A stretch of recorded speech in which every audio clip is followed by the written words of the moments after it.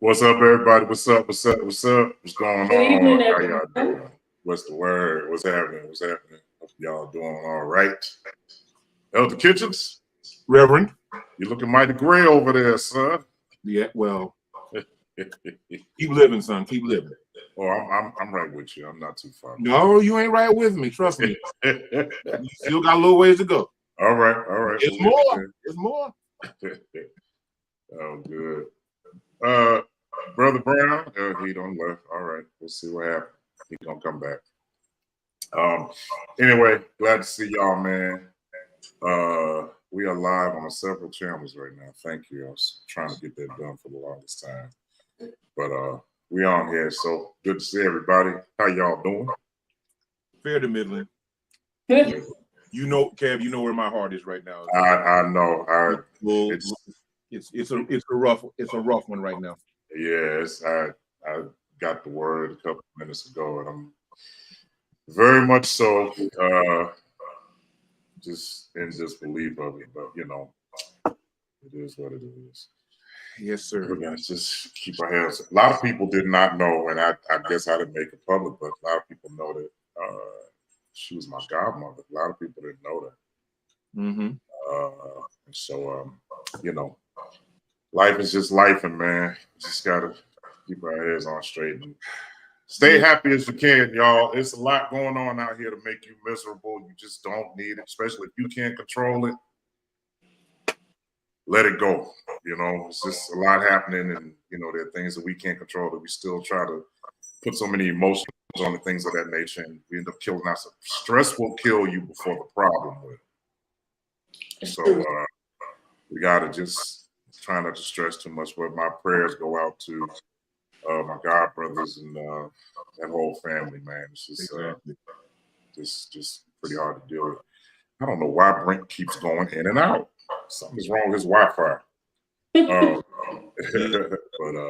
when you invest in a plan, I get your Wi-Fi plan for Dollar Tree. It's not as reliable.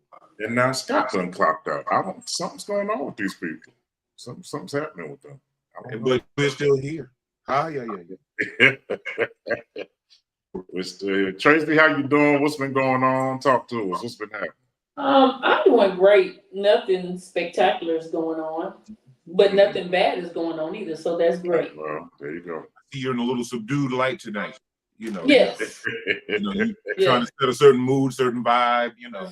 Yeah. You know. Ain't mad at you, girl. Ain't mad at you, dog. It's all good, man. I had a couple of things that we was gonna talk about tonight. Whenever these other guys get on, they'll come on. I don't know. He got knocked out. Scott is right here. Dr. Cumberbatch, you all right? I'm good. I'm sorry. Something was going on with my speaker before. Sound like you were. No, that's really how he sounds. Yeah. I was waiting on somebody to say it. Yeah, man. Scott, good to have you on here. All the other fellas just hit me up. They said they're on their way, so we good. Good to be here. I knew I wanted to talk about some stuff. Just hold on, I'll get ready to blast him. What's going on with your Wi-Fi over there? It's not the Wi-Fi. I think it's the iPad that I was on. Praise him, saints and whores. Oh, yeah. You can tell who's who. I'm not with you tonight. I can't. What you say? I can't tonight. No. I need you to be on your better behavior. I ain't gonna say your best, but your better behavior. I don't have much in me tonight. You know. Yes, you do. I don't. God has been using me all day. I'm drained. Well, we need you to just bless us with the remnant that's left over. The overflow. The overflow. Don't know nothing about the remnant. Yeah, his 2% might not be. It might be too much for all of us. So, well, it depends on which 2% it is. Yeah. All right. We're gonna move on. Cup, so he got a red cup. He got a red cup. We in trouble. Yeah. Listen, I'm flying. So far, it's just lemonade. There's nothing in it. Okay. So say you, but this is this is totally unleaded. Yes, this is a virgin drink right now. God bless you. Why you had to say it that way? because it ain't been screwed. But, I did ask you that. I set myself up for that one. I can't get mad. Congratulations. All right, man. So we're gonna get right to topic. All the other fellas are coming. I ain't waiting on them. Glad to see everybody. What anybody do this weekend? Well, this past weekend. What y'all do? Anybody do anything? Well, it was Mother's Day, so and wedding anniversary. That's right. I saw that. Congratulations. How many years? 38 consecutive years. Wow. One right after the other. And I'm gonna leave that right there. For those that are in the group that are familiar with my wife, you understand. Yeah. That needs no further explanation. Tracy, None whatsoever. We'll talk another day, and I'll bring you up to speed. That sounds great.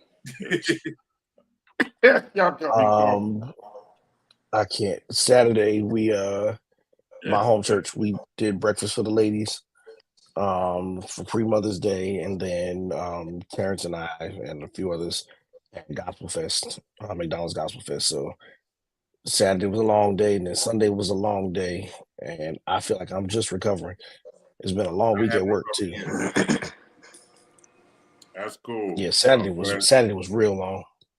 Yeah, it was. Brother Brent, anything? I flew to New York actually, and I went to BBQs and I got drunk. That explains why you didn't stop by and say hi. Say that again. I said that explains why you didn't stop by.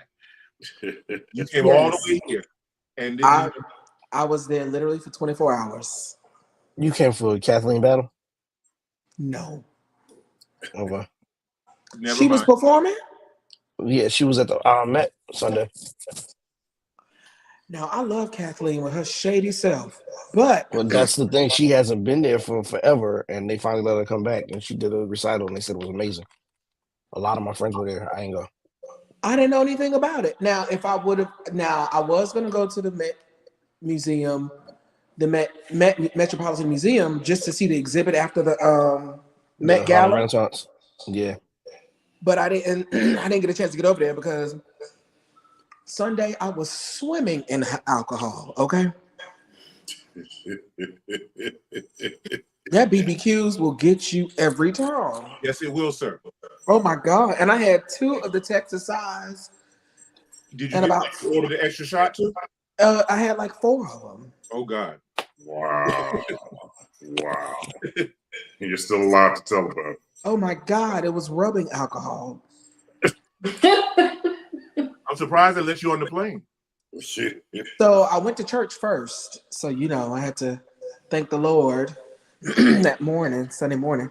But I had to literally, I woke up and it was like I couldn't see. I could literally feel the vein in my head, pulsating. I was like, I got to grow up. So if I would have known Kathleen Battle was there, I would have put an outfit on. But, I don't know. Kathleen is a very interesting individual. She's a lot like Anita Baker. You never know what they're going to be on. Oh, yeah. Auntie Anita acted up again, I'm told. Yeah, I was. She canceled right before the show started. She canceled. Right. 7 minutes before the show started. Wow. I think we just need to really leave Anita alone. She has proven time and time again that she really just wants to be retired. She don't want to sing no more. She doesn't want to tour. She doesn't want to do any of that stuff. We, the fans, we miss her, but let's just remember skinny Anita with the pixie cut and swing dresses and slingbacks. Let's just leave her alone. Should have done that 20 years ago. Listen. Yeah. On that note, we had an exciting weekend. I think out of all the shows we did with Maze thus far, LA probably had the best show. You said LA? Yeah, they did. Of course. They probably had the best show, and their energy was just through the roof. They were just, it was a great show, man. When was the closest you guys were here to us? We had been over. We were supposed to come to NJ Pack, then it turned into It turned into the Prudential Center. Then it just got canceled all the way. I don't know why. But didn't y'all do AC? Didn't your mom come down to see you AC? We did AC. We did. Yeah. Where you at? Hard Rock? That's exactly where we were. Yeah, Hard Rock, yeah. Yeah, that's exactly where we're at. But the closest we're Because coming originally, now. yeah, announced it was going to be Ocean, and then they moved to Hard Rock. Yeah. And then the closest will be to Jersey. This time it's going to be Philadelphia during his last show. When is that? July the 6th. And So this is his final tour. Like he's not doing. This is his final one. Yeah, July the 6th is his final show. Get me in there.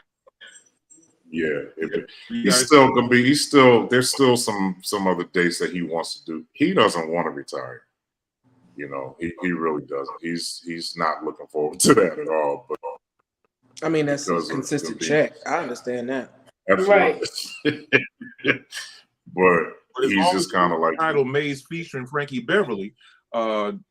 Until that title changes, there's a yeah. We don't stop. He does, but again, he'll be doing some other shows with us, and those shows that people find out that he's coming to, we probably gonna have a room. But on the real, make sure let me know what I need to do for that Mace the July 6th show. Oh yeah, no problem at all. I can do Sunday morning and still make Same, because I can still make Philly. That's easy. Right. No, that's a Saturday. That's a Saturday. That's what I said. I can do it and then make sure it's Sunday morning. That's exactly what I said. Yeah, I don't listen good. I don't know. Anyway. Yeah, so we'll get that going. But yeah, that's all I did this weekend. I was in LA and hung out, saw some of my friends. We had a great time. Tanya came through and we just had a phenomenal time. We just ate and went out. One thing about LA though, once you move from LA, you don't never want to move back. Oh yeah. You never want to move back. Never. It's so congested and it's getting worse and worse and worse and worse and worse. And then the cost of gas is $20 a gallon. It's just I don't understand that. Yeah, it's just a mess. It's just a mess. And you know, in Los Angeles, you're paying for nothing. You know, you're paying $3,100 for a 1-bedroom apartment in the worst part of town. You know, it sounds a little bit like New York to a degree. It kind of is. You know, there's certain parts of Brooklyn you go in, you will not believe that they even charge rent. But they do. And they charge an arm, a leg, 2 eyes, and a tooth, and a finger. Well, what I found out about New York is that a lot of people are on the New York Housing Authority public assistance. Mm-hmm. And control, rent stabilization. Well, in New Jersey, I don't know if it's called that, but we call it Section 8, which is similar type of thing, where your rent is income based. Right. So it's not necessarily Section 8, but it is kind of similar. But it's all of you just put what borough you want to live in, and they show you pictures of the apartment building. They're really nice stuff, and then they show you the ranges that you have to New make. York is rent controlled. Say that again. Yeah. New York is rent controlled. Yeah. A former coworker of mine lives in the Ansonia, and he's been there since the 60s. So Ain't that stupid? His rent is nothing because it's rent controlled. However, if you try to move into the Ansonia now to buy one of those spots, it's like $1.5 million. Yeah. So why would you be in an apartment since the 60s? Because he lived in New York and has worked in New Jersey, New York, doing private music lessons and all that stuff. And he said it was just easier. He never wanted to buy a house. Because you think about what comes along with a house. You got to think about repairs. You got to think about maintenance. You got to think about cutting grass. You know, there's a lot. I mean, there's the benefits to owning a home, of course, but there's a lot that comes with that. You know, it's a whole lot. Exactly. And Doc he's like me. He's a man that believes in dressing well. So like all of his suits, literally every suit he has is custom. His shirts are custom. And I mean, that man is in suit and ties all the time. So him living in the Ansonia and saving on not having household expenses, he can do that. Yeah. Well, shout out to all y'all who wear suits. I wear none. I don't want to, and I'm not going to. I'm yet praying for you on that. I'm not saying you, but it behooves a man to have at least 2 good suits in his wardrobe. And nobody said I didn't have it. He just don't wear them. But the question is, Kev, and I mean this in love, are you sure you can still fit them? That's the question.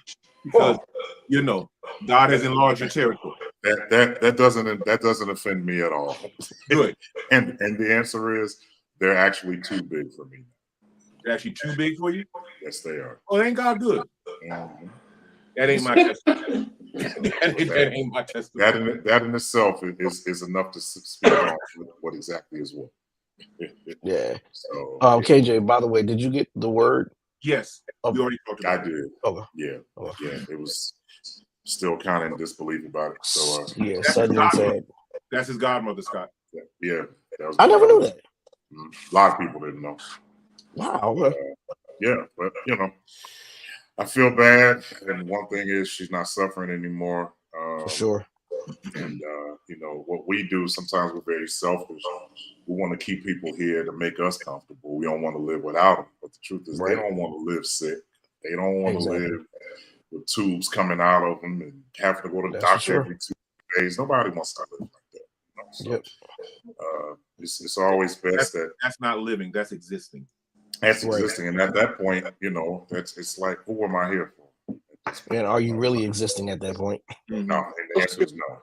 No, you're not. So we're good. All right. Well, moving on from that, I'll be making a call to the family probably tonight or first thing tomorrow. Let's talk about this stuff for 1 second. I put up these banners up here, but I'm having issues with some of this stuff, and I'm in agreement with a lot of it.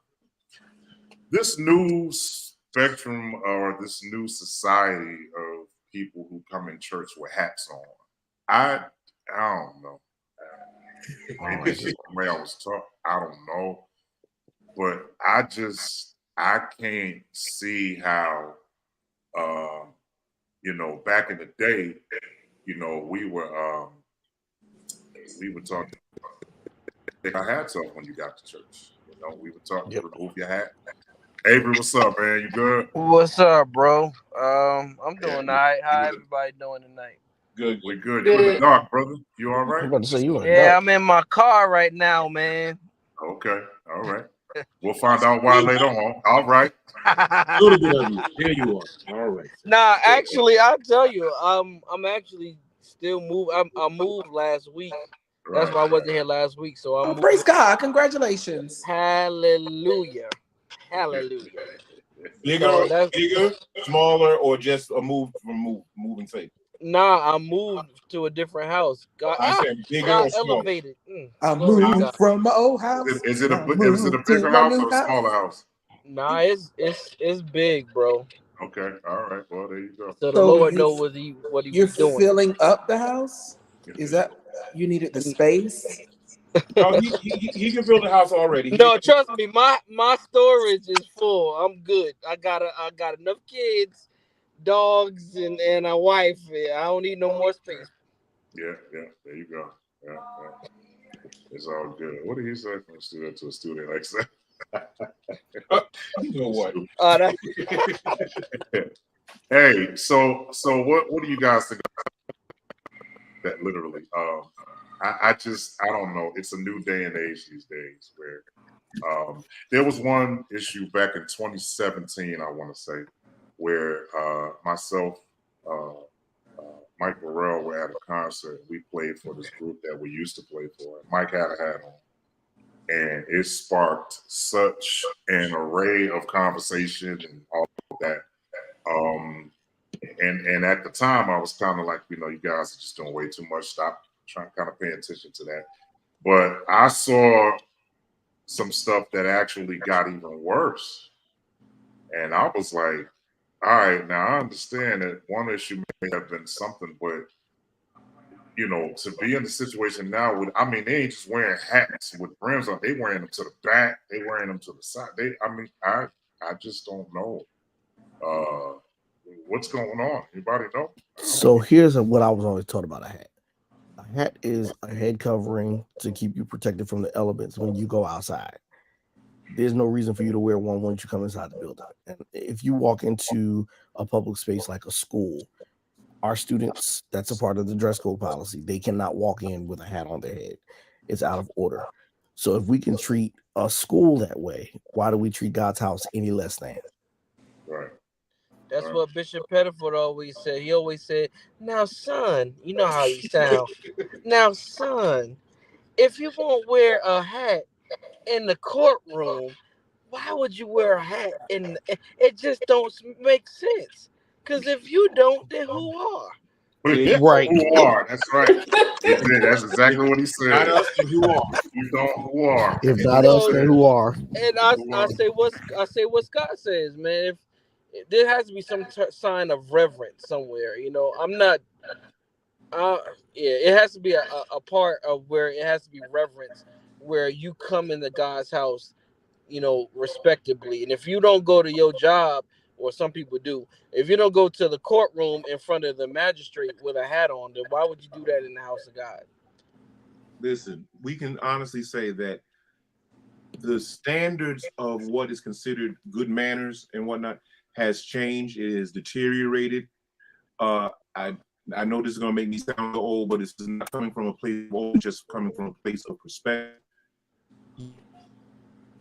When I was not a you, Kevin, you dare into church in anything less than a button-down shirt, a nice pair of slacks, and real shoes.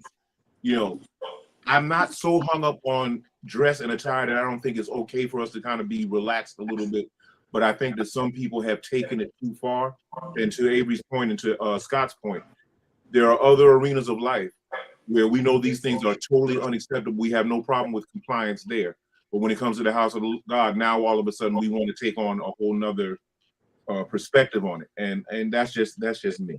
You know, I've caught myself because I'm good for, you know, throwing on, you know, a cat or whatever, like, and I'll come in and I catch myself, oh, shoot, now I'll end with this. A few months ago, I'll just say I was in a church service and there was a younger gentleman, I would say less than 25 years old, just to make it.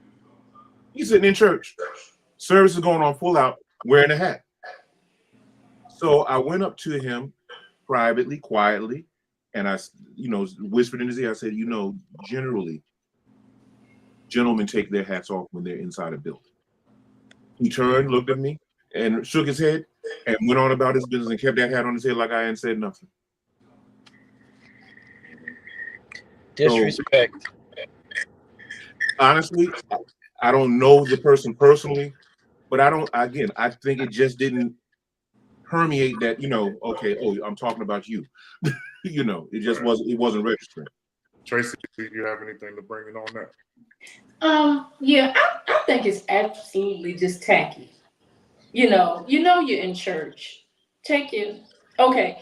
So as a woman, if we have on something that's too long, they will come and probably cover you up. Or if it's too short, they're gonna give you something. So why can't you take your hat off, sir? This I was take, brought up. I mean, you know. I'm sorry. Go ahead. No. I mean, you know, just yeah. So I'm gonna ask you a question since we're right there, and because I think safely, yeah, I'm the oldest one in this group right now.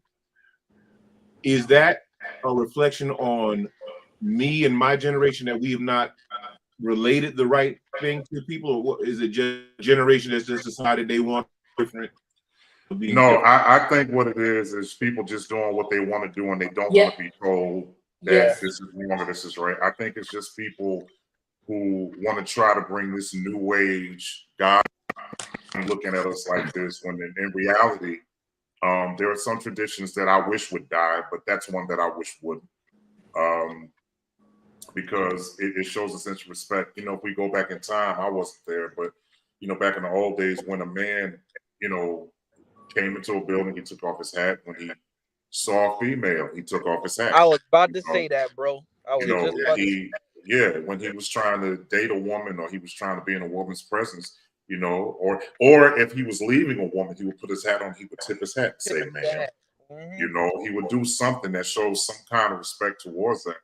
But I think a lot of times now, like I said, we're so busy trying to make sure that we're caught up on what's hip, you know, that it's causing us to, you know, stray away from respect. And it's not so much a generational thing. It's how we're taught in our houses, period. It's just not, it's not a generational thing. You know, I was raised with my mom, and my mother was not the one who taught me that. You know, I had another man that taught me that. My mom didn't teach me that.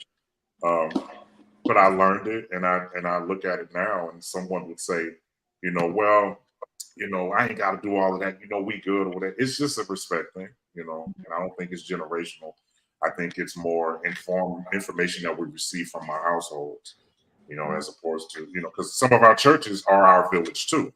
That's true. You know, so when we go to church, there's certain, you know, I remember Deacon Smith and, you know, and all them guys, you know, if I was chewing gum in church, they would come and hold a piece of paper out in front of my mouth and tell me I got to, you know, empty it.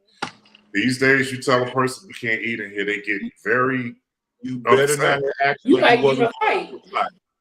Yeah, they're just, they Act don't. like you wasn't going to comply. It was going to be trouble at the river. Absolutely. Absolutely.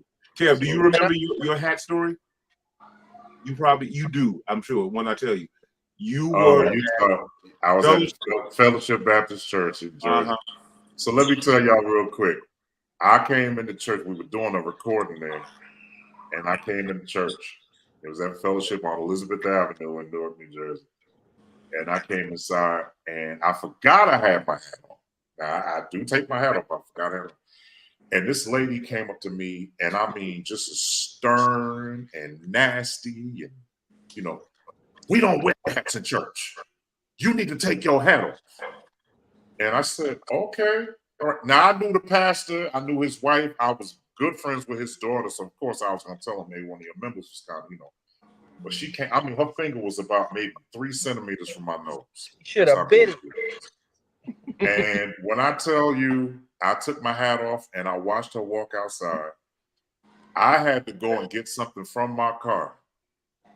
When I opened that door, that lady was behind that door on the wall with a cigarette, lighting that thing up. Wow. And I took my hat and I pushed it on my head. I said, well, I can't wear a hat, but you can sure smoke a drag, can't you?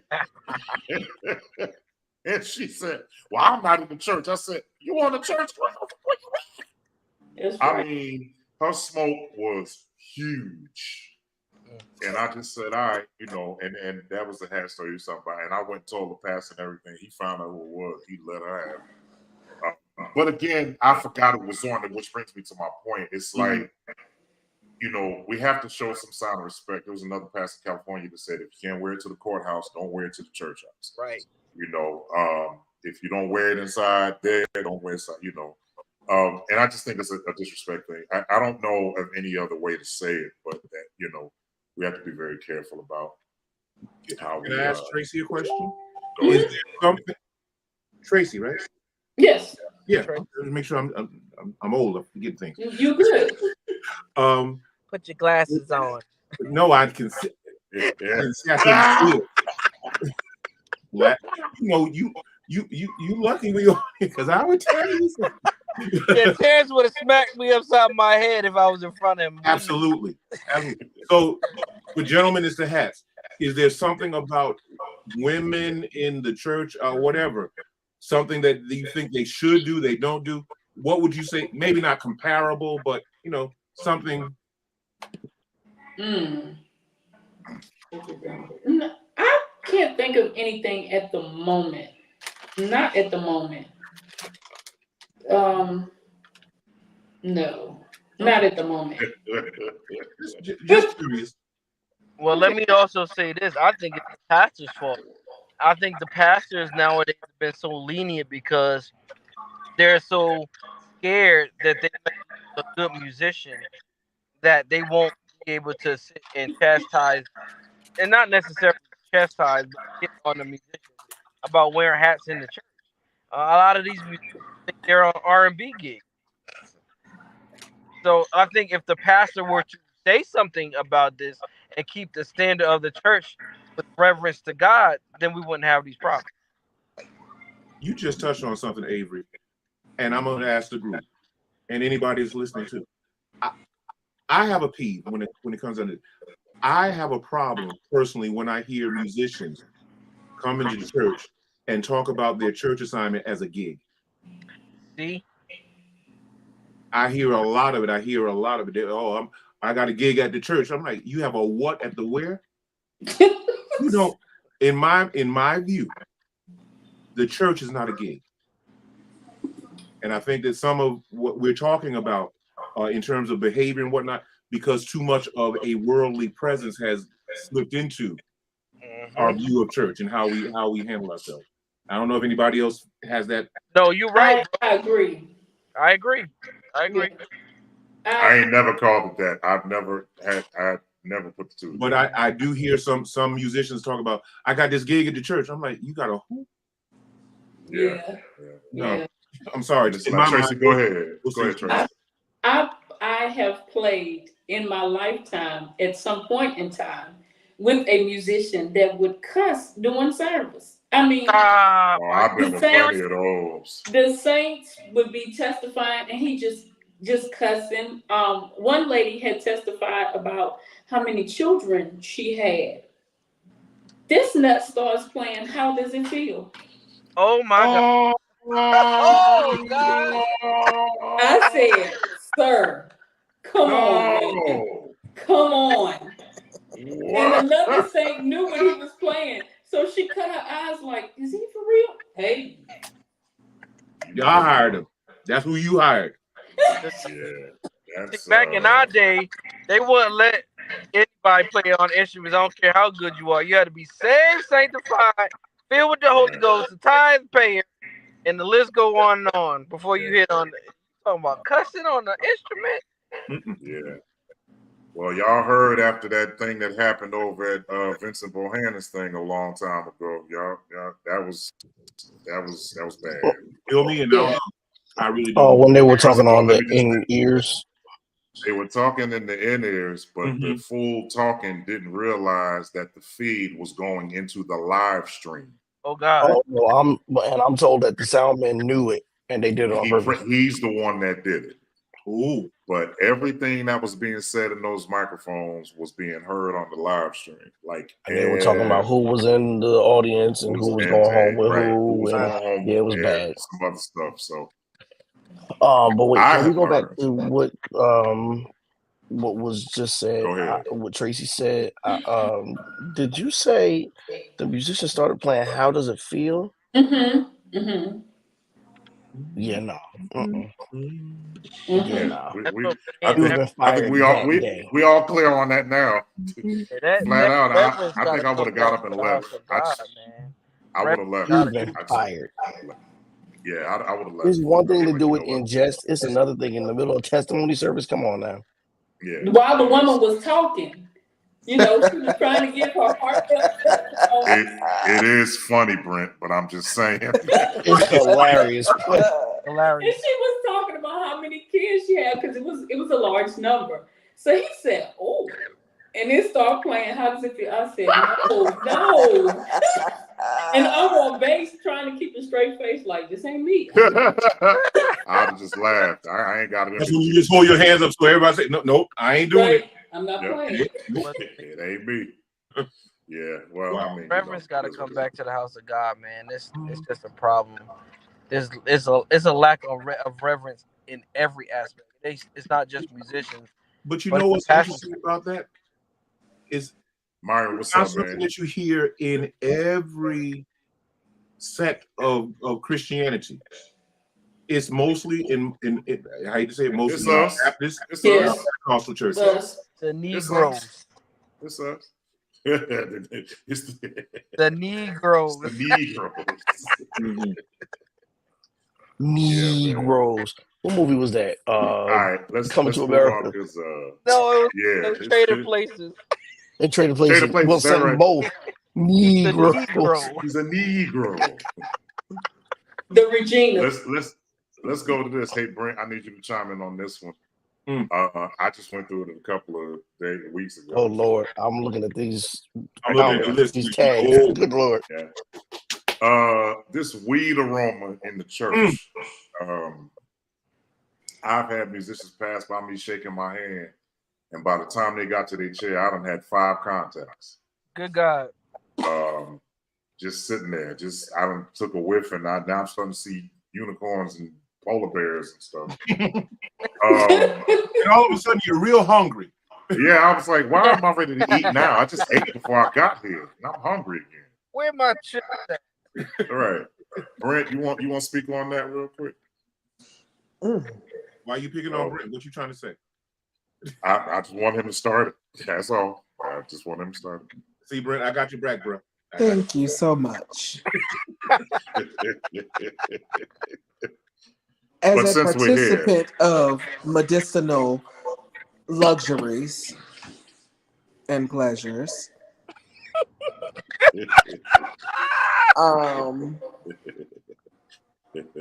I don't smoke before I go to church. And that's just that. And I mean, I'll eat an edible and then I'll go into church. But the thing about it is that I don't like the way weed smells. I don't like the way cigarettes smell. I do like the way a black and mild smell because it smells good. But anyway, it does.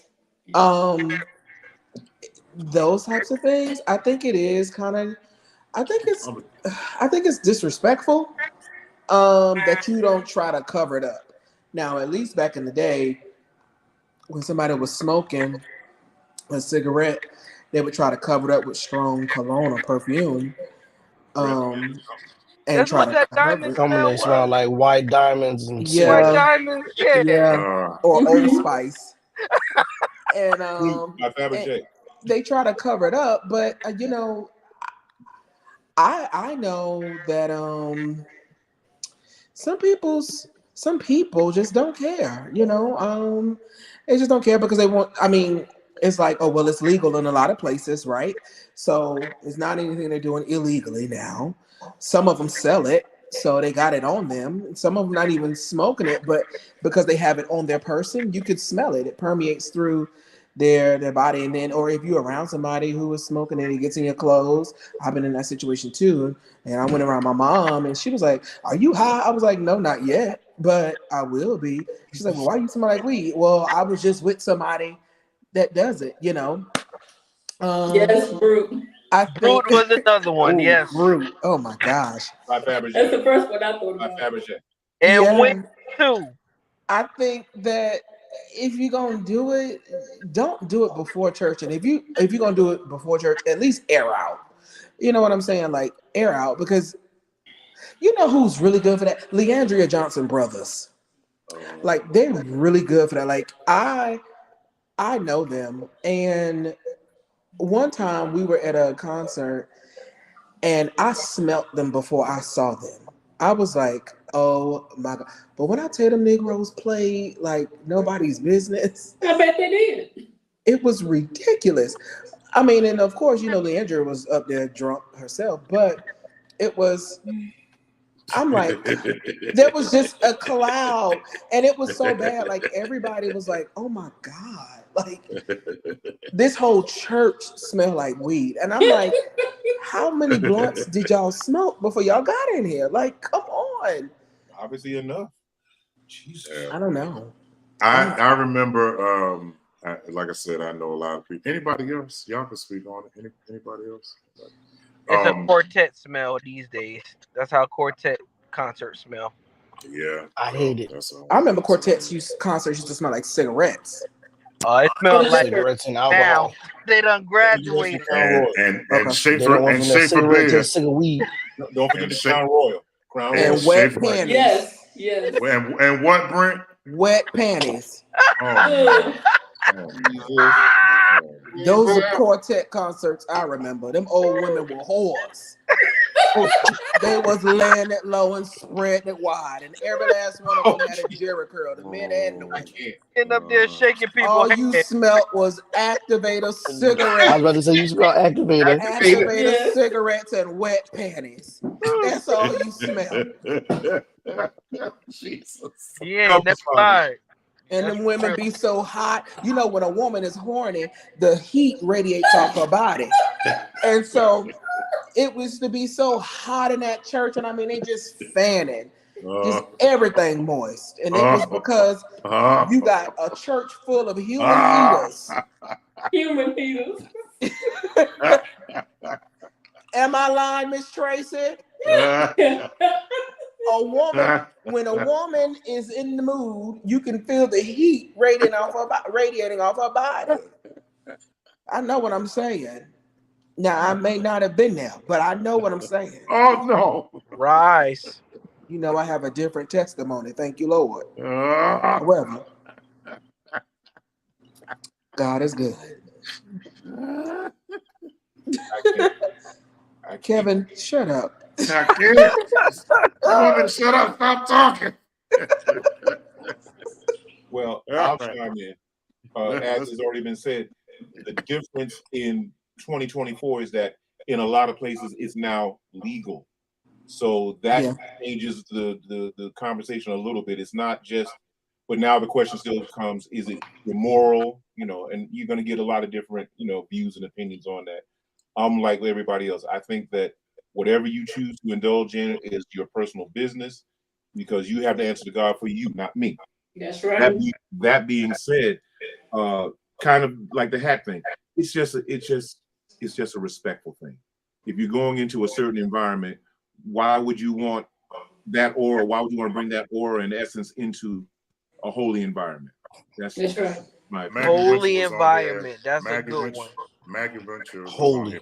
Maggie is she's a former member of the Love Center Church where I was. She was actually one of the baddest musicians. My God, one of the baddest organists. She was very much so a fixture in that church.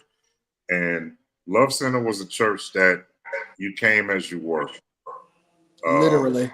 Their situation was, even if that's who you are, what we desire for you is to understand, you know, who God is in the midst of all of it. And your change comes when you allow yourself to have a relationship with him. Walter was never a person who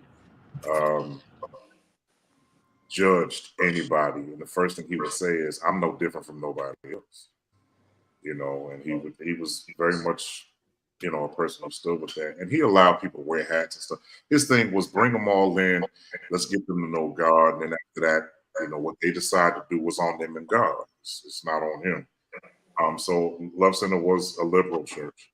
But I know growing up in the apostolic denomination and somewhat in culture, they weren't allowing that. But I will say this. Another reason why I didn't wear suits a lot of times is because I watched Negroes in suits do some real damage to people. It's true. I've watched some people who had clergy collars and the cross in the left pocket and titles and rings and all this other stuff. They abused people in so many ways. It wasn't just, you know, physical, but mentally, spiritually, you know, morally, financially. Financially was the first one.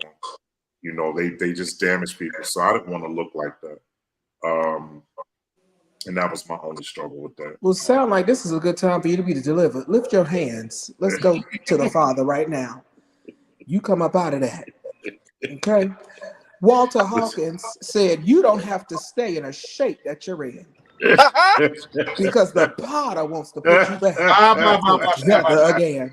Lift your hands right now, young man. I'm not listening to you. Here is what I will say about the hats. I happen to be a person that wear hats in church, okay? I wear them. And that's because sometimes I look like Tamar, okay? My head ain't shaved. And so sometimes it goes with my outfit. Also, another reason is because I've been in some strange atmospheres. And so until I get comfortable with whatever house I'm at, I'm going to wear a hat because it's protecting my crown. It's protecting what is going inside of my spirit. Okay. Now I understand everybody's point of view, and that's how I grew up. When I got older, I developed that for myself. For me, it's more so of a covering situation instead of being uncovered. Of course, I don't do this at everybody's house because I do have respect for everybody's point of view and their rules and regulations of their set house. But if I'm in an atmosphere where I don't feel protected or feel covered, you put a hat on, right? I put a hat on, and it protects my crown. That's right. You put a hat on. That's me. That's right. And I respect everybody's opinion on here, and I respect everybody's point of Tracy, view. you got it. I do. I did. Right. I got You saw exactly how what I you were was saying. just. That's why I'm just shaking my Put a head. hat on, right? You Okay. saw how I just moved right along. Put a hat on. Yeah, you put a hat on. Yeah. You see what I'm saying? Take So, yeah, that is what it is. But to each its own.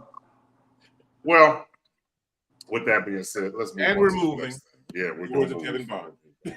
and we're moving. We're going to move. All right. So I wanted to say this earlier. I didn't say it. So here we go. 80s and 90s gospel music versus today's gospel music. No comparison.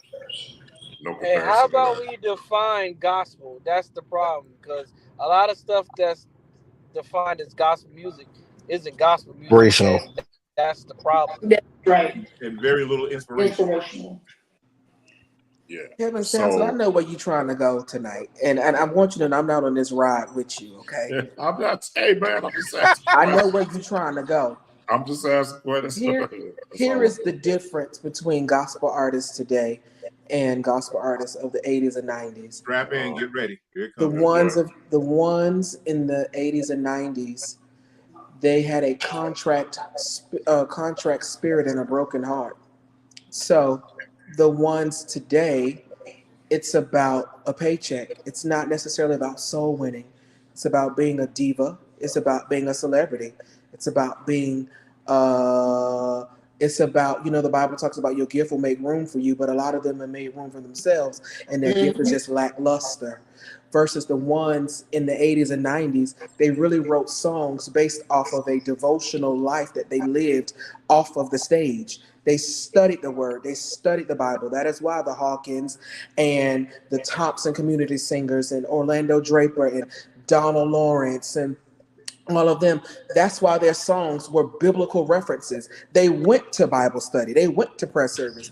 They were actually members of a church. Right. They did not get into the industry to be famous. Just so happened fame came along with it. That's because right. their gift made room for them and put them before great men. However, the artists today are putting themselves before great men and women and exalting themselves. That is why many of the artists today will not experience the reward of heaven, because they're getting it now. Preach it. Yeah. And so the difference Right, I think you got saved. Well, I do know Christ a little bit. The thing is that we got to get back to God in this gospel music industry. What is gospel? The translation of gospel means the good news. That's right. And so we got to get back to the good news. But you can't learn, and you cannot sing about an experience you don't know. That's just like Betty Wright singing songs, and she wasn't even a whore, but her songs were whorish. But they made her money. They made good, they made good things. We have a lot of actors. We don't have a lot of worshipers. We don't have a lot of psalmists. We have a lot of singers. And then we have everybody. The reason why you got so many ghostwriters is because ain't nobody really got a real relationship to get revelation and articulation from the Holy Spirit. The Bible says they that worship him must worship him in spirit and in truth. Right. David sung and played songs from the spirit realm. Why? Because he spent time in the spirit realm. Right. A lot of them trying to lead us to water that they're not drinking. And they're trying to take us to places they ain't never been. How you gonna tell me how to get through the forest if you've only been in the jungle? No. And a lot of them do not have pastoralships, and that's because a lot of them are not humble enough to sit under somebody and learn. Jesus said, take my yoke upon you and learn of me. Meaning you got to take on his burden, you got to take on his characteristics, and then therefore you will learn him and you will know him. You can't really convict somebody about something you don't know. And so that is the problem. The 80s and 90s, they were saved for real. Perfect? No. They were not perfect. They had a lot of isms and schisms, and a lot of them had a lot of secret lives or whatever like that, but they knew how to separate it from the assignment and the calling to be fulfilled, right? And so that is the problem. You have celebrities and not saints. That's the truth. You must have I paid agree taxes. with what Harry just said. You must have I paid your agree with taxes. Harry. Right. Because Very well that put. literally Flesh and blood did not summed reveal up everything that I've been telling people for the last decade or more, that we have gotten into an industry mindset in the church, where the industry has overshadowed everything that the church stands for, and people are now making the church uphold industry standards instead of us upholding the biblical standards. Just as much as Brent mentioned, take my yoke upon you and learn of me. Also in 2 Timothy 2:15, study to show thyself approved, a workman that Unto need not be God. ashamed, but rightly dividing the word Rightly. of truth. And the problem is there's no rightly dividing because people don't take the time to study. And you can't talk about what you've not studied, and you really can't explain that which you've not read nor have studied. And so the music that's being put out there now is feel good music. And some of it don't feel good. And a lot of it don't feel good because by the time you finish, you're like, what did I just listen to? And lyrically, it doesn't even make sense. Tanya's on there now, And that's why we're running over. That's why we're running over to the Caucasian church and the CCM. Right. You know what I'm Yet saying? they're trying to do what we doing. They trying to and they trying to come over here and get the old stuff that we done did. Right. Them white folks are singing devotional songs. That's right. Yes, they are. I ain't never had so many wordy worship songs in my life. You can't. We got to put words on the screen because y'all got so many doggone words. When I was growing up, we opened the church up with "Got Another Yes, Lord" in my soul. Right. And we sang that thing until deliverance knocked all of us out. Have we tried Jesus? He's all right. You know what I'm saying? Those types of things. Biblical references. You can't give me all this revelatory, strange worship that don't even make sense. Right. Terrence can attest to it. A couple weeks ago, I had Meacham Clark here in Jersey to do a workshop for me. And before we went into the concert portion, and granted, even the music that he did was very easy for the church to catch on to, and we worship. But before we got there, I was like, y'all, I just feel old school in my spirit. We went, Jesus, I'll never forget. What you done for me. I mean, we went and took it back. Mietta was there, and I passed the mic to her. And the perfect person. I said, we could just stay right here. The next 20 minutes, we could just stay right here. And we did. And it set the room for where we needed to go. Because again, like you said, people are able to come in, they're able to catch on, and we sang until you felt a shift in the atmosphere. There was a time when you went to church, when you heard certain songs that you knew it was time to be in church. Exactly. When you heard there were just certain things that you heard where it was like, I remember the day when the pastor would, the Bible stopped arguments. Not even the pastor. You would mention the scripture and the Bible would literally stop a fight. Like, I don't care what you believes. This is what it says. And nowadays, I remember when BB and CC first came out, we didn't know who they were singing. We thought they was married. And so it was. And did. Yeah. And did. And we did. I was like, oh, okay, that must be his wife. Right. Or whatever. The verdict but is still come to out find out that later on, when things got real, it turned from industry to truth. Is when CC said, I'm doing my own thing. We're moving a little too far from what I know. And so I'm going to go back to what I know. And I'm going to tell you, she's another one. If anybody going to heaven, I think CC going. You better believe it. Personally believe she's the only one in that family that's going to heaven. None of her brothers are going. If CC don't make it, ain't nobody going to make it. Daniel, Ronald went to heaven.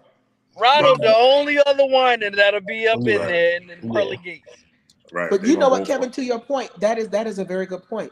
I think the reason why deliverance has left the church is because the church has no sound anymore. Right. There used to be a sound of church. You knew when church started. I remember as a child coming up, and you could hear the church rocking outside in the parking lot. You know, yes, sir. And you be rushing trying to get in. You leaving stuff all, your purse drop, your Bible dropping because you're trying to run and get in because you just want to be in the atmosphere. You know, and I think the thing is the reason why God is left is because he don't hear himself anymore. You know, God responds to himself. He responds to me. He don't respond to us. Answer me a question in this room. Does there still exist a major label exclusive for gospel? No. No. Not at all. No. Not at all. It's part of the problem. No. That's why everybody's independent. I'm not speaking against the business side of this because we understand business has to take care of business. That's not my comment. But we are allowing people who have not dedicated themselves to the ministry be in control of the music that the church is supposed to be using. I mean, realistically, and this is just me. How much of if you listen to Sirius XM or whatever, Spotify, whatever your medium is to listen to gospel music, I would challenge you to listen for an hour and tell me how many songs that you hear that are played in the gospel category that you could say translate well into songs that are good for worship on a Sunday morning. There are none. There's none. In an hour, you might get 3. Yeah, and you know what? Those 3, honestly, are questionable. It's a shot. It's not even like I'll put it this way, right? If you took, and I'm gonna name names, I ain't scared of nobody, but first of all, let me say this. I see Steve Hackley over there. Oh, Steve Hackley Lifter. Okay. You are a nasty, vile gutter snipe. Straight out the hood. And let me tell you something. Hey, shut your mouth, boy. Let me tell you something. For you to be one of the hosts and Leslie Lifter finally comes in of this here podcast, you are one of the emptiest, pointless, I don't even know what else to say without cussing, people I've ever met in my life. You try to act like you busy, but the end thereof is destruction. And you ain't doing nothing but sitting at home, scratching up your behind and rubbing your feet together. I rebuke you in the name of Jesus. You ain't got to rebuke nothing because this is the truth. I rebuke you. You ain't got no power. You got to have power to rebuke me. You are rebuked. Kevin, what were you saying? It's good to see you, Stephen. Kevin, what were you saying? What was? Praise Jesus, everybody. If you took Thomas Whitfield and Walter Hawkins and Milton Brunson, right? Okay. And then you turned around and took Todd Dulaney, Todd Galbraith, and let's say Israel Houghton. Here's what I know. On the other end, both Todds and Israel, which I've had the pleasure of working with all of them, but this now generation of gospel, as was said, I can put this stuff on and somebody's being reached. Somebody's getting it. I normally don't. But if you put on Walter or Thomas or Milton, I'll tell you what, and it's not even so much just the songs themselves, but Walter and that doggone Carlos Moody. God be praised. Available to you. When he wrote Available to You, and they said he did it on his deathbed. Yes, he did. But see, he I was think dying when he wrote that song. And he was at a point where the doctors came and said, we don't know what else to do. I think another issue too is this generation of gospel music, what they fail to realize is this is a reflection of their prayer life. Back in the day, you can tell they prayed what they believed and they wrote because they heard from God. So it was a mixture of reading the Bible and praying, and God gave them the songs. I've listened to so many Andre Crouch interviews, and that's what he said. Somebody laid his hands on him. He prayed. God gave him a song. A lot of these songs are like I think Brent said it earlier. It's just for money. It's not even about reaching souls. It's not. And so I think it's a reflection of their prayer life. They have no prayer life these days. I told the Stellar Awards, please don't ever call me back. I never want to go back. I just never want to go back because that has turned into the Grammys. Yeah. Literally. Yes. And I'm not just talking about the presentation. I'm talking about the red carpet, women wearing these tight old clothes now. And, you know, they got the cameras and the microphones. They out there doing interviews. They have turned everything into the Grammys. And my biggest thing was, we're not set apart. We look just like they do. Out from among them. You know, it's we look like they do. We literally are no different. So now we don't even have not just things that remind them of what's going on outside the four walls, but also, you know, now we look like we biting off of them. Right. You know, like we don't even have our own identity. We're doing what they're trying to do. So when I listen to Thomas Whitfield and all of them, you know, as opposed to the other guys, and I'm not knocking them, they doing what they do, and for this generation, they're reaching who they need to reach, I guess. But you couldn't put, and Tanya even says, you know, she laughs sometimes because I'll get in the car and I'll put on Saints in Flight in a minute. God, please. I'll just put on Saints in Flight in a minute. I'll go over it. I will literally put on, you know, the Open Our Eyes album from Milton Brunson. I'll go back further than that. Go to There Is Hope, you know, with, you know, Saving His Arms on it, and, you know, just include Keith Pringle in the Pentecostal community. Oh yeah, call him up. Tell him what you want. You got to. Listen, and I'm saying we talk about the throwbacks. The throwbacks that was a standard for us. Yeah, that was a standard for us. Like, I don't know if y'all had a chance to listen to Tim Clinton's new album.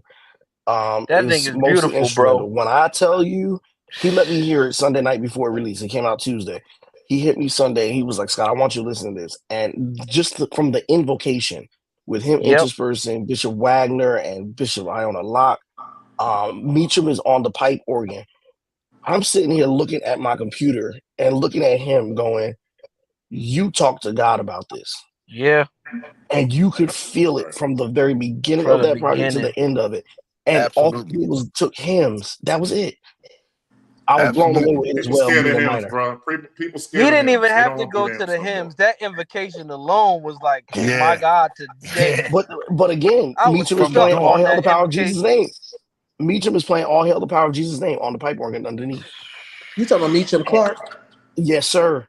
And when I say took that pipe organ, and I was like, oh my God, there's a conversation happening here. Meacham is very good on the pipe organ and the regular Hammond B3. It actually changed the church in Jacksonville. He changed that sound to Bethel. Yes. He's in Florida? It's in Jacksonville, Florida. Yes. He's in DMV now. Actually in Maryland now. Oh, okay. Clinton, Maryland, right? Am I saying the right name? Yeah. Mm-hmm. Yeah. But I was going to say, when I listen to, again, and I'm trying not to sound too prejudiced or biased in saying this, but when I listen to what's classified as gospel now, I can tell that there are some cases where somebody was inspired by a good sermon. Yep. And that's okay. But imagine if you took that gift and that talent that God has placed in you, and you went into, as has already been said, went into study. I tell me, you think if you can write that good of a song off of a sermon, imagine what happened if you go to Bible class. Let's go back. Even taking that point, even if you got it from a sermon, you can tell when it's just a sound bite versus a relationship. And I'll use Revelation 19:1. Bishop Otis Floyd walked over to the organ in the middle of worship, opened up the Bible, looked at Elder A. Jeffrey LaValle and said, play this. And he was like, what do you mean play this? He said, it's play this. And he was like, he said, play this. And he walked away. And now we sing, hallelujah, salvation and glory, honor and power to the Lord our God. And I said to him, only a relationship with God can have produced that song, because anybody can put lyrics in front of you. Anybody can put a scripture in front of you. Well, when do you actually hear the voice?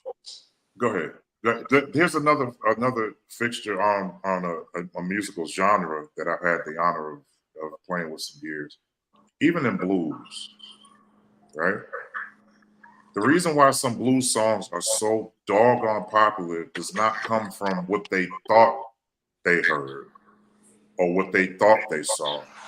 It comes from their life. It comes from what they've experienced. It comes from, Well,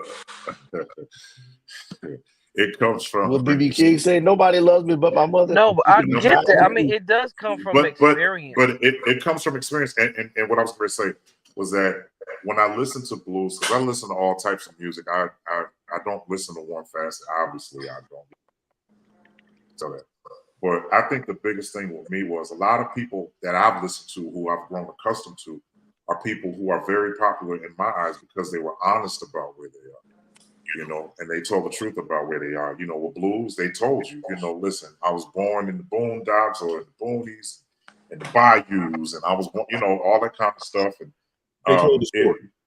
It told the story. Well, with gospel music, you can't be effective if you're not telling a real story. Facts. But you cannot ask anybody to agree with you when you're doing gospel. There's some people out here who are really living this thing, and they could tell you if you really. They just living it. But let me say this. I'm gonna be real, and this is what I learned from Terrence. This is what I learned from David Frazier, from Jimmy Rawson, from Eric McDaniel. At the end of the day, your experience is always going to tie into a scripture. Right. And when you write the Bible, when you write what God says, that's what makes it gospel. And that's why I don't take for granted, my upbringing, because they taught me how to write. They taught me, relationship, even when I didn't want a relationship with God, because I was angry at him because of certain situations or different things that happened in my life. They taught me to write the scripture, all of them. And that's where deliverance come in, is when you write scripture. Well, Avery, here's another thing to that. I did something. I don't know what I did. I'll figure it out. Hold that thought 1 second, Kevin. Avery, yeah, you talk about you writing scripture. All I'll say is They That Wait needs to get sent there you go. a couple of choirs. And I wrote that at 16, brother. I know. But that song right there, that song is oily and always has been. You need there's still time for Dorsey. There's still time. Yes. Hey, as soon as we're done, I'll give you all the details. Just send them a lyric sheet and a recording. That's all. We'll get it scored. We'll get it scored. Well, I learned from Maurice White, because Maurice White was writing songs about the rapture, and we didn't even know. Wow. We didn't Earth, Wind, and Fire? Yeah, a lot of people don't realize just how close Earth, Wind, and Fire was really to the Bible. A real bridge into the Bible. Thing. No. When you hear fantasy is talking about the rapture. Fantasy is the rapture. Gotcha. Yeah. When you hear sing a song, it always had some type of gospel-esque to it to me. It did. I never knew that though. Yeah, it always had a vibe or a feeling of beyond where we are, and I'm like, what is this? Well, they were way. You know who else though? As much as they don't want it, as much as people don't realize it, DeBarge, same thing. Well, he was church all day long. Yeah, they did all day long. He was Bethel even Pentecostal. in Love Me in a Special Way came on. If I didn't know no better, I thought my mother had a new Myrna Summers track, or so I didn't know what that was. But I found out who was playing piano, and it freaked me out. And time will reveal to be another one too. Right. When Love Me in a Special Way came on, I kept saying, "Why does it sound so?" Well, the piano player was Billy Preston. Yeah. Now I get it. Yeah. But I'm like, why would y'all put him on? He turned this whole thing into a gospel song. A gospel song. Because it is a gospel gospel nothing song. but church. It really is. It really is. Yeah. When Earth, Wind, and Fire did that, when they did sing a song at Bishop Jerry Maynard in Nashville, he said, go to the scripture. He went to the scripture and it said, when going through trials and tribulations, sing. Wow. And I said, wait a minute. And I'm sitting there, everybody looking at me, and Earth, Wind, and Fire said that. And they trying to act like they're so deep, like, what are you talking about? I said, y'all Negroes know. It said, when you're down and out, sing a song. And I said, wow, this dude. I said, and they why? Okay. And so my point is that, and I'm glad we're doing this, a great segue into what I'm saying. I feel more God sometimes with R&B artists than I do with gospel artists. That's a fact, bro. I agree. I really do. There's one in particular one that really irks my spirit, and I'll let the conversation go. I'm not gonna. Oh, okay. No, you throw it in anytime. No, go ahead. I want to know too. No. I'm gonna let it go for a while, and then because it might come up already. But you talking about Fantasia? No, he's not talking about her. I know exactly who you're talking about. An alleged gospel artist, but again. Oh, a gospel artist. Alleged. Yeah. Alleged. So I noticed that when I was with certain bands, even before and after the show, there was a certain sense of spirituality where they had such reverence for God, where in gospel music, not so much. Gospel has turned into a see me saga. You know, and look at what I can do. And what I can't stand about this new gospel now is all these hits and breaks these dudes got in these songs. I can't stand playing this junk. I hate it. Preach it, bro. I'm so tired. What they're not realizing is that simple will get everybody. Simple sales. Simple sales. And intricate will only reach a certain few, because anytime you go into a church and people got to figure out what you're doing, they can miss the message. That's right. Because they're trying to do Chinese algebra. Yep. You understand? It's like accompaniment. Yeah, I don't need. And guess what? And I told the musicians several times, you all are trying to do what you can because you're not good enough to do that. Yeah. But then to think that you can listen to it in one day after they done rehearsed it for 5 and 6 months. Right. Thinking you're going to get it in 5 minutes. And not only are you not that good, but you're not equipped enough to even, like some of these keyboard players, they get on my, I think when they saw me play with Mike Burrell and Jason White and all of them, they think that I'm going to do whatever they want to do. And me being a keyboard player, I'm like, no, this is wrong. Like, you guys don't understand. Your voicings are horrible because here's the thing. You're making it harder than what it really is. Right.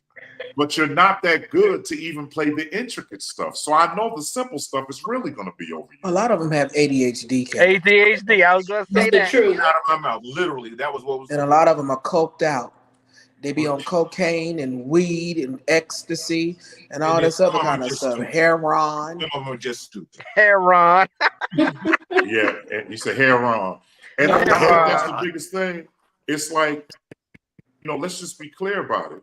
You know, I've said it, so I'm kind of done talking about it. I just won't play with y'all. I just won't come to the church. I won't be part of this because I get tired of people messing up beautiful songs. Speaking of songwriting, I don't mind saying it.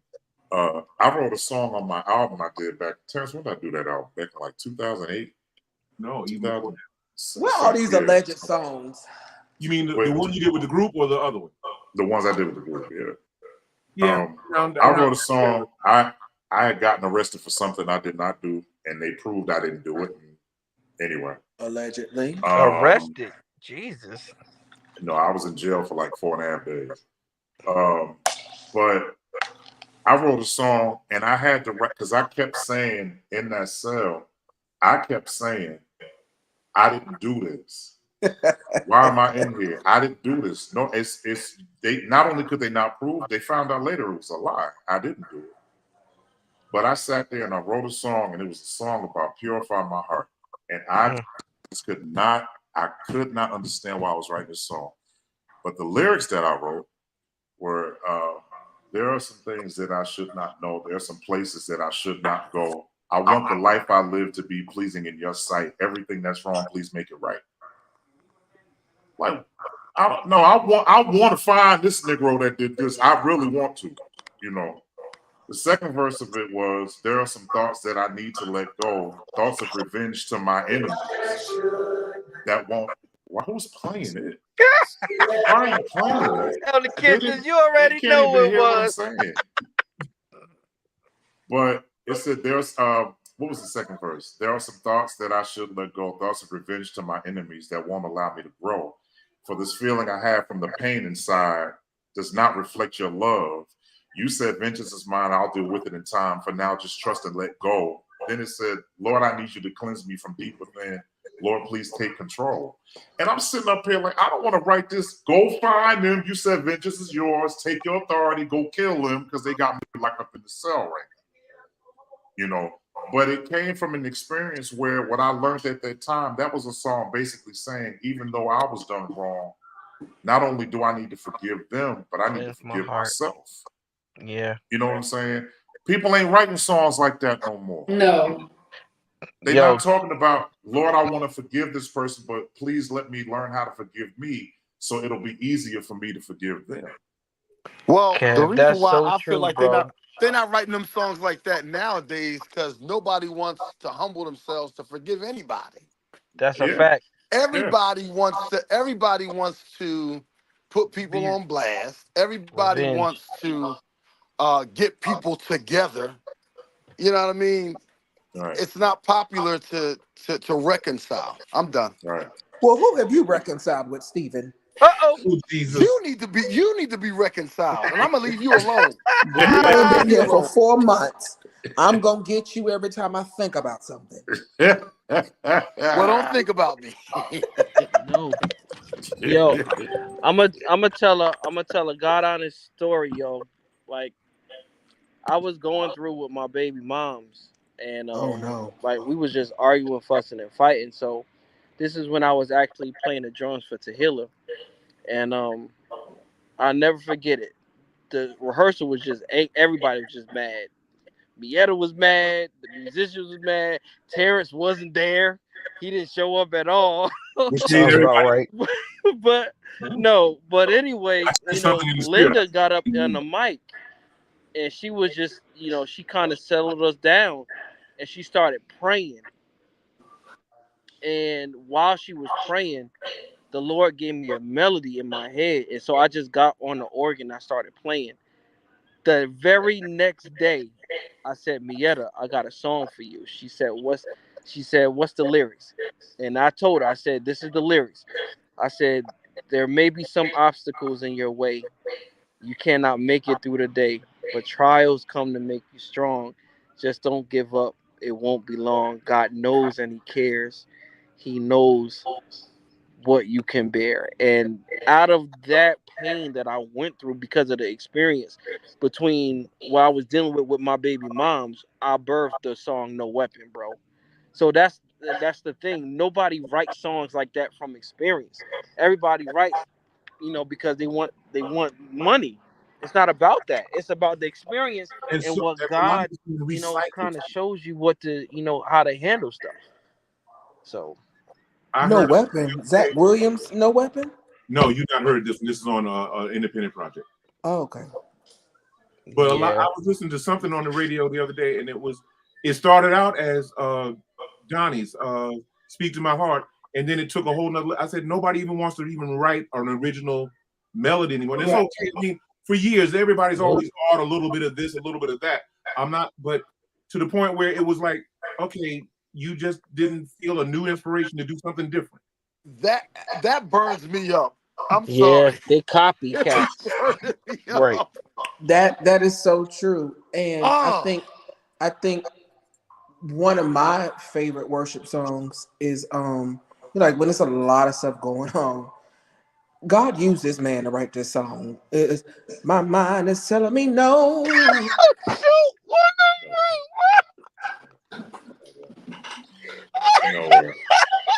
You know what? And there we went. We were here. But my body. And we went. Steve, don't you try to hide your face. My body. I don't even want to be seen while he's singing. Steve. This is the part. I don't even want to be seen while he's singing. I don't want to hurt nobody. Steve. Bro, I don't even want to be seen. You done came on at the right time. I don't even want to be seen while he's singing this right now. Teddy, get off. Hey, Teddy, get off here. Don't. Yo, Shut You pulled a Medea on us. I don't want to hurt nobody. You just pulled a Medea. Just one thing. And now he's going up in tongues. That I must confess. Hallelujah. I don't see nothing wrong. Okay. All right. Oh Thank you, my Lord. goodness. So, true story. Okay, so I had to learn a song. I had to learn a song, and it did exactly that. I had to learn a song. I think it was yesterday or the day before. And the beginning of it was "Can You Stand the Rain?" You know what I did? I stopped listening to that song. I had to learn when to start listening to "Can You Stand the Rain?" I know that's right. That was the melody of the song. Yep. Listen, you Teddy, got to do your stop homework. joining in with him, Teddy. Don't join in with him. That I must confess. Oh, I God. can't. Oh, jeez. You know, I think we were going Aura down. was in the Holy Ghost. You were here. We were And in you the riding road in. of purity, and then you just took that steering wheel and turned this whole. Don't And worry, it turned I'll it be left back. real quick. I'll be back. Pastor Cunningham, you all right, man? Bless the Lord, I'm doing well. Sorry for my tardiness. I was It's all right. You in the dark too. Yeah. good. He I'm was here. preaching. Praise the Lord. Yeah. Shells, you will not What I missed? encourage this nut tonight. Yeah. What does he say? What happened? I can't He see. said, and we moving. Oh, Lord. There you Oh go. Lord Jesus. On another Brent, note, text me what I missed. yeah, he gonna get you right. I will. On another note, there was a certain gospel artist that a concert started at 4:00. Here we go. Listen, I'm trying not to get on this ride with you. This all right. I'm gonna say I was waiting for it to come up. there was a gospel artist that was part of a show that started at 4:00. I'm not trying to get on this ride. They got there at 8:28. She lied. And was upset and told everybody that she is upset and sorry that concert is over, and she was really upset that she got there at that time and people went home and whatever. I'm gonna let y'all speak on it because So she lied. From what everything that I've seen and everything that I've heard, she got there after having gone to something else. She was there in town for this and went and did another event and got stuck in traffic trying to get back. Yeah. I always tell artists, and it's funny because I was talking, I think, to Elder about this last week. When you are on, oh no, I was talking to one of the deacons. When you are hired to be somewhere for someone, stop trying to make extra money and get on extra stages and be responsible for your time and be where you're supposed to be and honor your contract. She should have never been out of the area of where she was supposed to be. And then you get mad that you got caught in traffic trying to get back. And then she made it sound like the promoter was the one. He was not the one. He tried to stall and wait for her to get there. Jesus. And then she turned around and lied and made it look like it was him. No, sis, you weren't where you were supposed to be. I saw the video. Now I know the story behind the video. So all I saw was the video. So I didn't know the backstory. Now you filled in all the blanks. Yeah, It all came out. No. We're talking about Tasha Cobbs. Whoa. Let me tell you something. Well, you know Brent don't like her no way. Let me take a sip before I read her real quick. Nice. Again, I repeat in the words of Michael Jackson, you are not alone. Let me tell you something. I still haven't heard mine yet, but it's coming. I know it's coming. Go ahead. Let me tell you something. We know who you're talking about, Terrence. That artist is a nasty, vile gutter snipe straight up out of Jessup, Georgia with flat feet, who married a man who only married her because of her money, but he really wanted to be with a nigga. And I'm telling you what I know, because he is from Georgia and he was in Atlanta. And the only reason that she married him is because the one that she was sucking before didn't marry her, didn't want to marry her. So she settled for somebody else who didn't want her, but he wanted her money. Now, let me tell you the reason why you were doing these chitlin circuits and the reason why you doing more than one engagement and you getting into all this calamity is because you are the one that got to pay the bills. He ain't got nothing, ain't got good credit, ain't even got nothing else. Maybe if you was a little nicer, maybe the Lord would have anointed your womb so that you could bear a child instead of taking your husband's semen and putting it inside of another woman so that you could experience motherhood. Now, You cannot Oh First of my tell all, me. God, today. Tanya You called us cannot tell SpongeBob me SquarePants. that I you got can't. She all says of that kind of these. stuff, and I don't know why she just won't stop. So You wait, I my love cannot. it. question is, was she always like that? Was she like that Yes, when No. yes, Hey, yes, she was because of Brent, who she was raised under. William Brent. Murphy is nasty, and so therefore he taught her the business.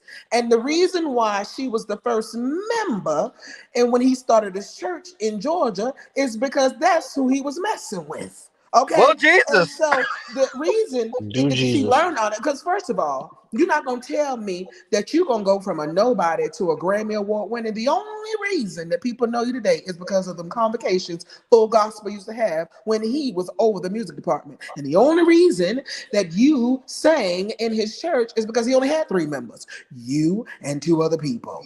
And so you not that girl because your voice ain't that wonderful. I remember y'all when y'all was in the storefront, struggling to pay the rent. And the only reason that they couldn't afford the rent is because he's somewhere singing all these off notes, sounding like Silence of the Lambs on everybody else's record. You are a featured artist who happened to be able to somewhat divide the word of truth, who became popular. But the only reason that you got the church that you got is because of your daddy. Oh God. I hope Tasha Cobbs fall like Lucifer because she is nasty, she's fake, and she has always been. You don't come from nothing. You come from Jessup, Georgia. That is an hour away from Jacksonville, Florida, 45 minutes from Waycross. And if you know anything about Waycross, that's where Juanita Bynum is from. Uh-huh. Yes, I do Well, know that. So Brent, You what do grew you up really herding sheep Tell and us what you really milking want to do. cows. come on? he said, "For your glory, I will do You do anything." anything. Think about who she was singing that to. Wow. And these are facts. Wow. Nobody likes her. I did a concert. I had to work for a Tanya worship Rose. conference in I Atlanta, love Georgia, and she was one What of is the featured artists. Tanya? We Tanya, had, go to sleep. we No, you had, stay, Tanya, you stay right here.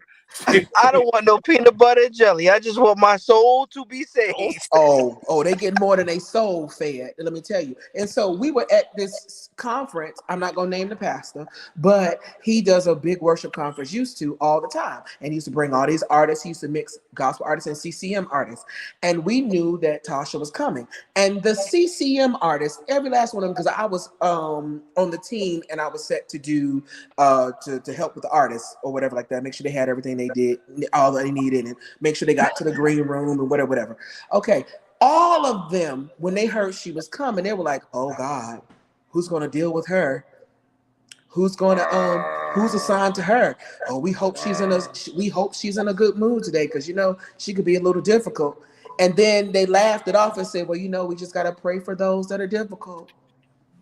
When Wow. people in other genres of music know that you are difficult to deal with Difficult. because you done showed your country ass everywhere you went.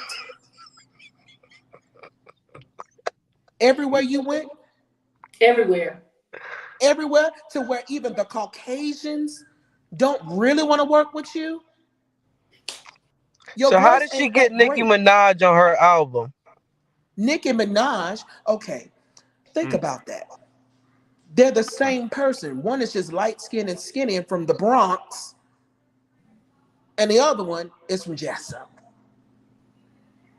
Now, if you're supposed to be in the holies of holies and this great worship pastor and this great worship singer, why would you get on an album with somebody who got cussing in their lyrics every other word?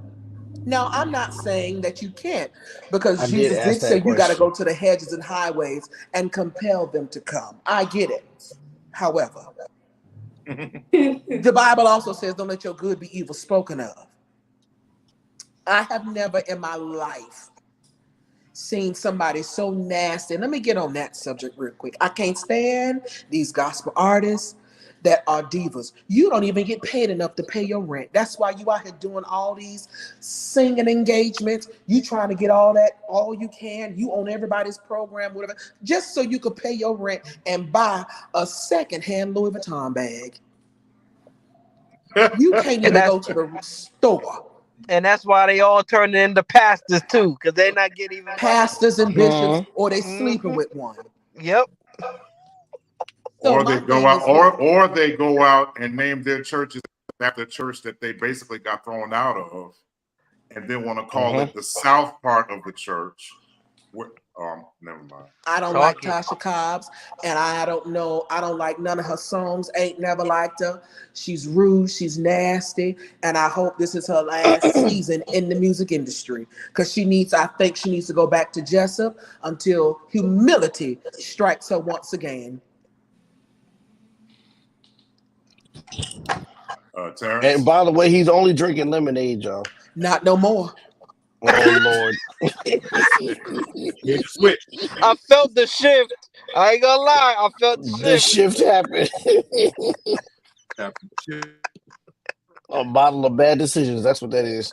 Let me tell y'all I felt the shift. I have been around some secular artists that will make you understand that being nice to people is so much better than what we've been doing. And I'll never forget, I was in New Orleans, and I was walking out Stokely, and Ricky Kincher from Mink Edition was walking with me across the street. We went to Popeyes, and we came out, and New Orleans, there's somebody banging a bucket every 2 feet. There's somebody else banging a bucket or, playing on cardboard. And we walked past this one guy. He had 2 strings on his guitar, but we were amazed that out of the 2 strings that were on that guitar, this man was killing. Homeless guy, you could tell.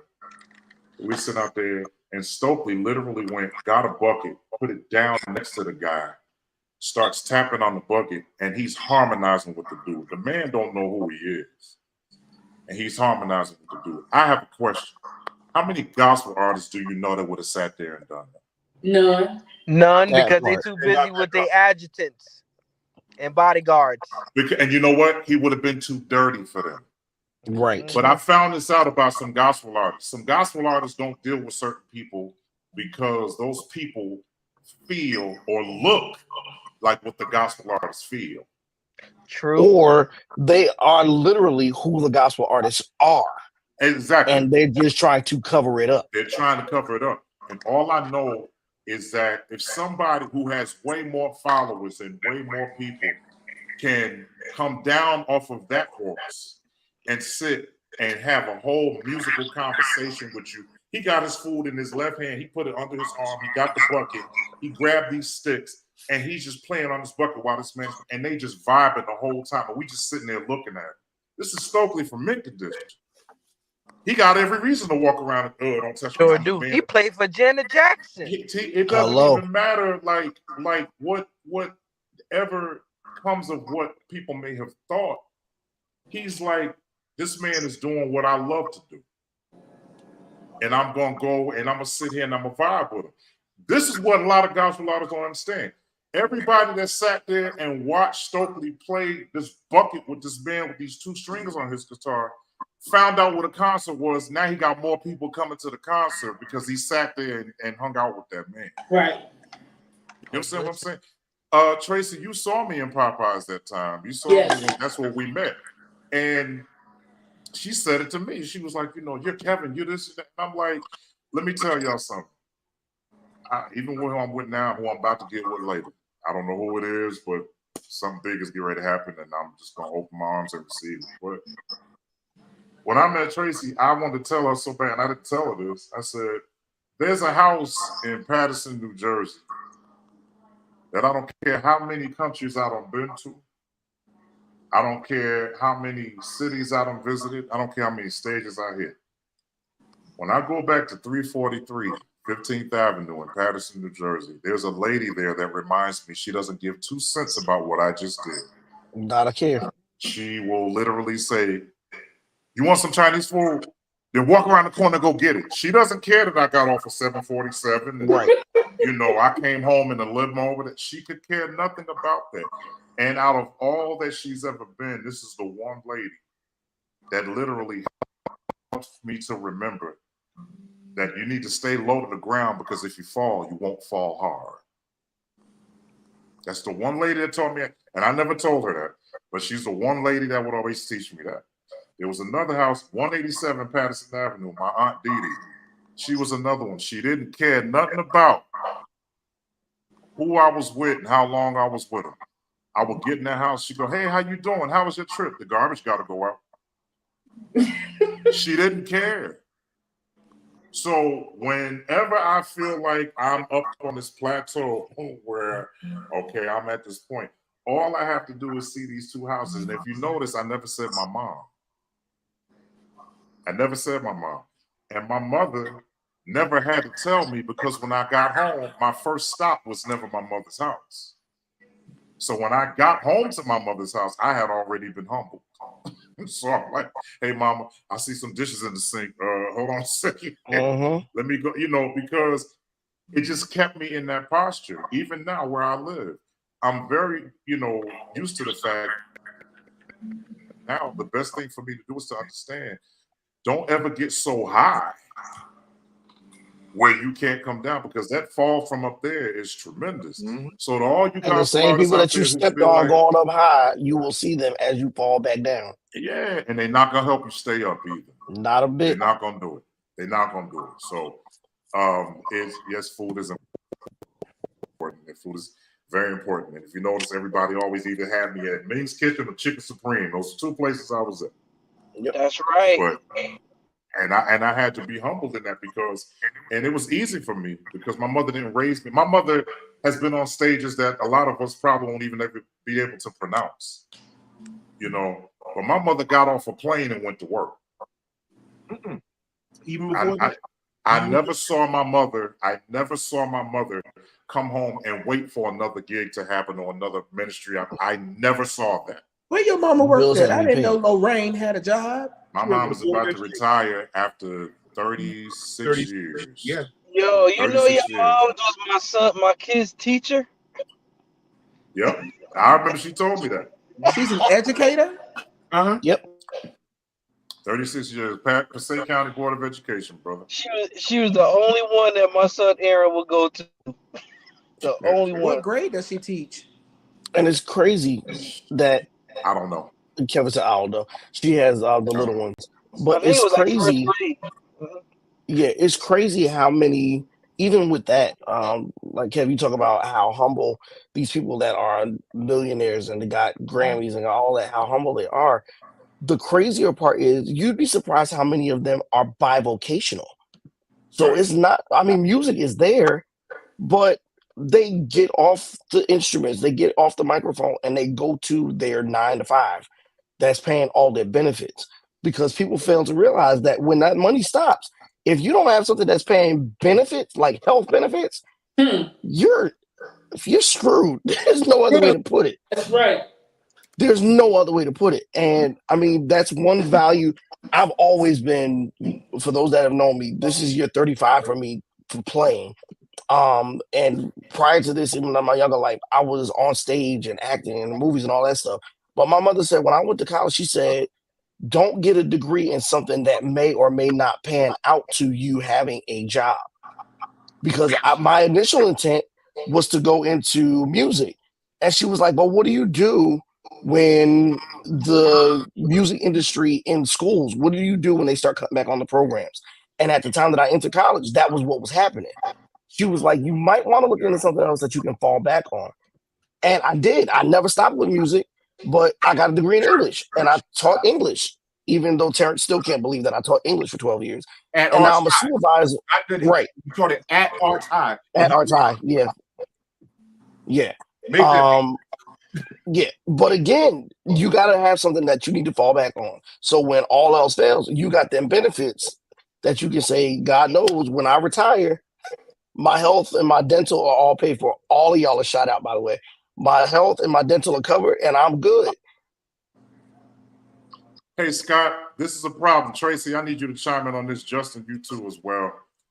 I put this post up a while ago, and I'm here now since Scott mentioned it. A lot of musicians are uninsured. They don't have dental. They don't have vision. A lot of them are hoping they don't even pay into anything to kind of help subsidize whatever they need. And the truth about it is that oh boy, let me go back. Is that we have to get to a point where we start educating people that you will not be young forever. You are not going to always get the call first when it comes to a gig or something like that. And when I used to hear back in the day when a lot of musicians had jobs, I'm like, Dad, but you're a musician, you shouldn't do that or whatever. But especially in this age, music is nothing like it used to be. Mm-mm. It's not as lucrative. It's not, we're relying on streaming as opposed to record sales, which is a dangerous game. A lot of people are not into supporting as much these days. I don't have to go and single out your album to buy it. If I pay Apple $10.99 a month, I could do countless, purchases. I ain't even got to buy your album no more. I could just download it. I don't have to buy it. And so music is not what it used to be. What is your takes on that? What are your takes on that? How do you feel about having insurance and all of that, in the workplace, right? Or in the musician era right now? Justin, you can go ahead. Go ahead Ladies first. first. Oh, you want to go first? He said ladies first. I think, yeah, absolutely. All right, Justin, she said you go first, Justin. Go ahead. So I think the issue with church is that they teach people to be, they don't teach people how to sustain natural life. So they'll live quick spiritual life instead of living long, productive life. I think the GoFundMe for when pastors and bishops die and musicians die is absolutely atrocious. I think that is we don't teach part of the Bible. That is not being a good steward. That is not being responsible. That's not being good. You want to be a good man or woman and not just a good musician. You'll understand that health insurance is healthy for your gig so that you can travel. I realize that your health.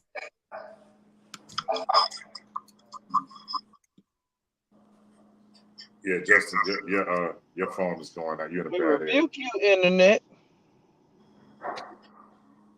Yeah, he's in a bad area. He's frozen for me. I don't know about anybody. He is. He's frozen for everybody. Yeah. Tracy, go ahead. We'll come back to him.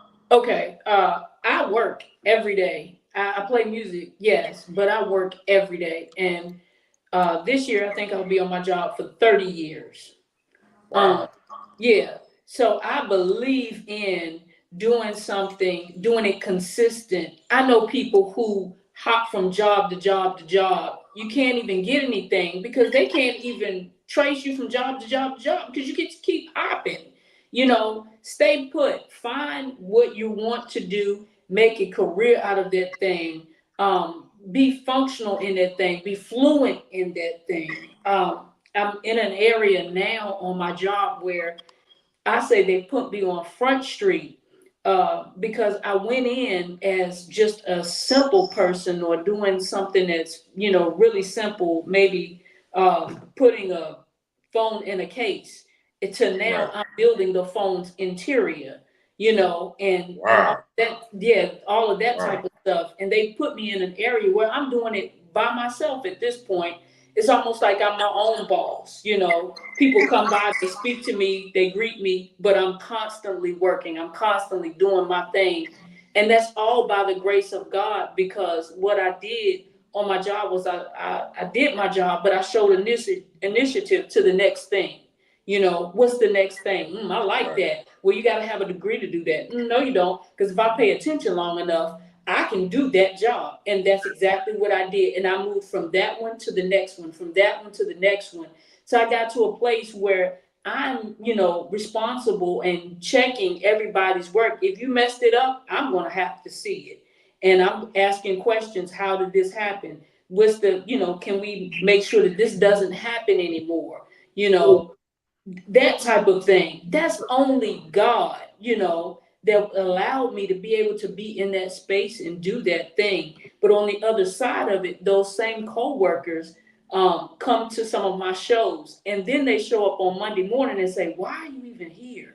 Well, I'm here because this is steady and it has benefits. Right. And you look like you got a big house. I do have a big house. This is actually my third house. Oh, you got money.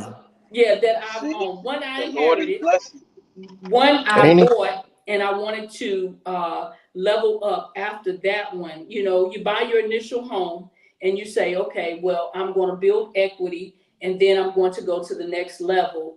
Well, I had inherited a home in between then, flipped it, sold it. Now I have this house. Can anything good come out of Roanoke? Business. That's good. Danville, actually. Danville. That's right, Virginia. Yeah. Well, Brother Justin, you got cut off a little bit. Are you still frozen? No, you're all right. No, you're not. I think he's muted now. You're not all right. You are you muted? Can't hear you. Yeah, I have to unmute myself, right? Can you hear me now? Yeah, Here we go. Yeah. So, anyway, yeah, I go to work every day as well. It's just wisdom. You have to be sustained. You have to sustain yourself to be able to live. And I started to say as it got cut off. It's really actually really being a bad steward. If seeing a GoFundMe for bishops and pastors and musicians, and that means you didn't prepare. You didn't set something up, and now that stress is on your family. I don't want to be a burden to anybody, dead or alive. I don't want to be. So I'll pull my own weight. I'll go get my own job. And one of the things my wife says to me all the time is that she's like, "Baby, I respect you because you play, you hustle, and you work. You've always worked. You've always worked."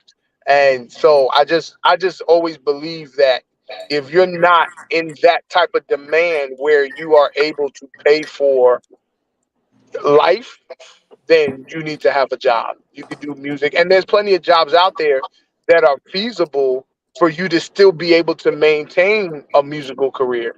And I encourage people about teaching all the time, because teaching is, especially if you teach in high school, here in New York, the day for the high school is over at 2 p.m.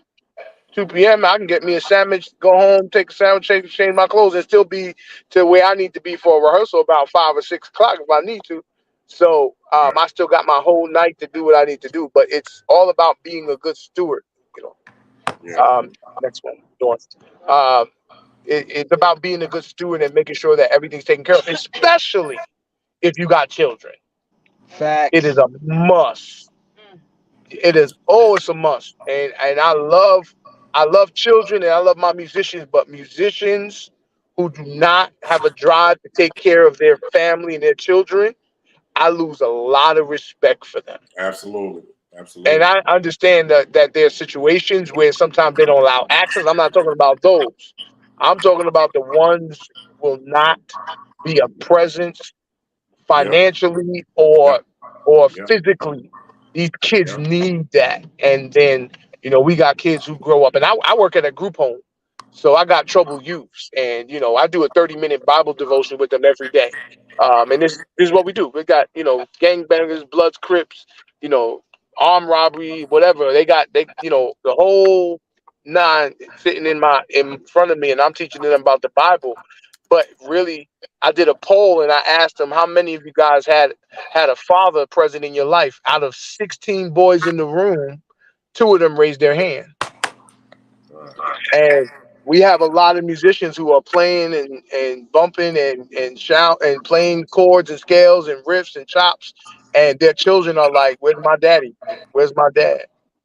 And we got to be good stewards about what things we're doing. It's like this, Kev. If you gave me one of your basses, and the next time you saw the bass, the strings are all lopsided, and the intonation is horrible, the neck is bent, you're gonna feel some kind of way because I didn't handle what you blessed me with in a way that I can maintain it and keep it. It's the same way. God is the same way with our children, our finances. We gotta be good stewards with it. And when God gives it to us, we should want to say, I want to do and take care of it the best way I can. But So I'm all for insurance. this is what gets on my nerve. This is what gets on my nerve. When you have men who are trying to be in their child's life, but you got these women speaking in tongues who keeping them from their children. Oh Lord. It's about that time. Yeah, we here. He's talking about off. And and I think what gets me the most is that I just don't understand how a person is good enough for you to conceive a child, but they're not good enough to help you take care of one. You understand what I'm saying? Because if he was that bad, then place the onus of your absence on you as if you're the one that's orchestrating that absence. And I don't understand. And a lot of times it doesn't come from what happened. It comes from the way you're thinking. It doesn't come from what happened. True. Because what happened did not happen because you got raped or you were manipulated or you got robbed and they just decided they was going to pull your dress up. That's not what happened. It's consensual. You know, you basically did not get your way. You did not get things the way you desired for them to go. I wasn't ready to be what you were ready for me to be at that time, which still is a control mechanism. Yeah. Well, that's not the story that an individual tells, and I've had to stick up for you a few times. Yeah, well, listen, and they can say what they want, but I know the truth. That's why you ain't never seen me defend it. No, I'm saying that I defended you in certain places. Right, and I appreciate that. But even if you decided not to, I could still walk around with my head high because, sweetheart, I know the truth. But we all know the truth. Yeah, we know the truth. The real deal is that when you get to a place where you can't tell me you know God, but you're creating all kind of hell after the church doors is closed. Yeah, fact. That's what I'm saying. You can't tell me that you love God and I want you to be in my child's life. First of all, when you keep saying my child, that's a problem to me. Right. Absolutely right. That part.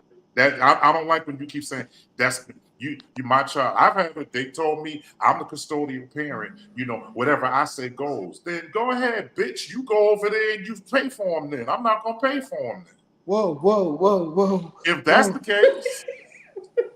Yo, Steven stuck his head up so. Whoa. But I can't. But listen. I only said it. I said. Listen to me. Listen. Everybody calm down. Now y'all want me to calm down.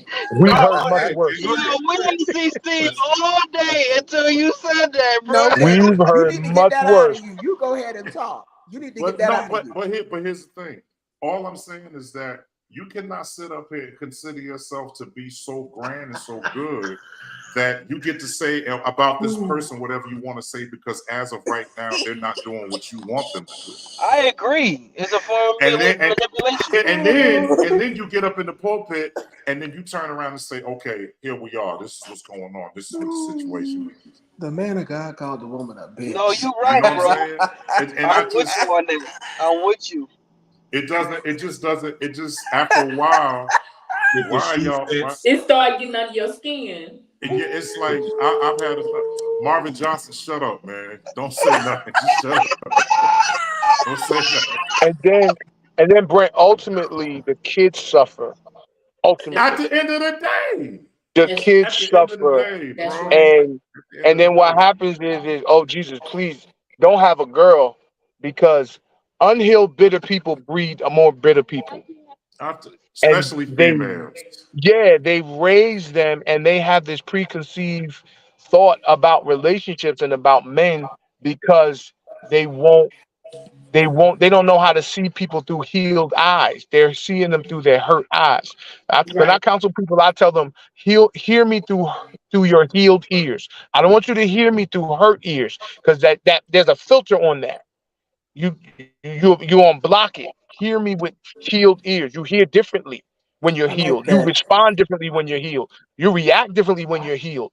You'll make sound decisions when you're healed. And because a Absolutely. lot of them use the children because they're bitter and they're petty, the children suffer in the long part. And that's where the issue is for me, because these children didn't ask to be here. They were And it's created. more, Justin, it's more, it hurts me more to know that you get in the way of the relationship when you decide that you are going to pour all of your poison out to your child. You damage the relationship between the child and the other parent. You really you Bruh, get to, and I think that's the reason why I was gonna apologize. I'm not gonna do it. But I think the reason why I it's feel your bad for show. is It's your because show. for the longest time, I've had to live my life trying to live around child support issues.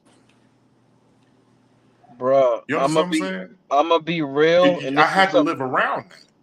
this was something that I had to learn years ago, and my mom sat and talked to me about it because I was trying all that I could. She always told me that you don't ever have to defend yourself to your kids because eventually your kids will find out the They're truth. gonna find out. They're gonna find out. They're gonna find out. And it And may They're gonna take a find out. long time because it I have may. stepchildren that are in their 30s who still don't know who their dad really is. He's a really nice guy. What Hmm. happened between your dad and your mom was something you were either, very little or just a teenager or, in elementary school or something. You just don't know, maybe the truth. Or maybe they were young and they just made some bad decisions. Bad decisions. Yep. But it takes sometimes a very long time. Yeah, I think I feel bad for that because I know a lot of men who have suffered because they didn't want the mama no more. They just want the children. And I used to have one particular, Kevin loves his child more than he loves his wife. And one lady said, "Girl, you better shut up and thank God you got a man that want their child. Why you sitting up here arguing about that? This man want his child. You let that man be in his child's life." But that came from a narcissist, though. You know what I'm saying? Anybody who's a Absolutely. narcissistic person will always tend to make it look like anything that's not for them is horrible. Anything that's good should be for them. You know what I'm saying? And that's a very, very big statement, which, again, even with the insurance stuff, I know guys that are still paying alimony and still paying insurance for child support, and the mother won't let them even see their child. They want and by law, the court says, well, child lives with the mother. I didn't want it that way, but at the same time, why does that stop me from being in the child's life? Like, what does that matter? Like, I don't understand, but they don't care. So I saw something interesting a couple of weeks ago, whenever it was. A woman approached her ex-husband or boyfriend, whatever it was, and said, "I haven't been getting the child support payments." And he said, "Oh, I've been paying them." And she's like, "I haven't been receiving it." What the guy did was he got his child a debit card. Smart. Paid the child support to his child. And the child and had said, record of it. there's a record, it's there. He said, because the truth is the money is for the child, not for you, not for the mother. Not for you. Right. Not for you. And that was her It's issue, not for because you. all of a sudden a stream of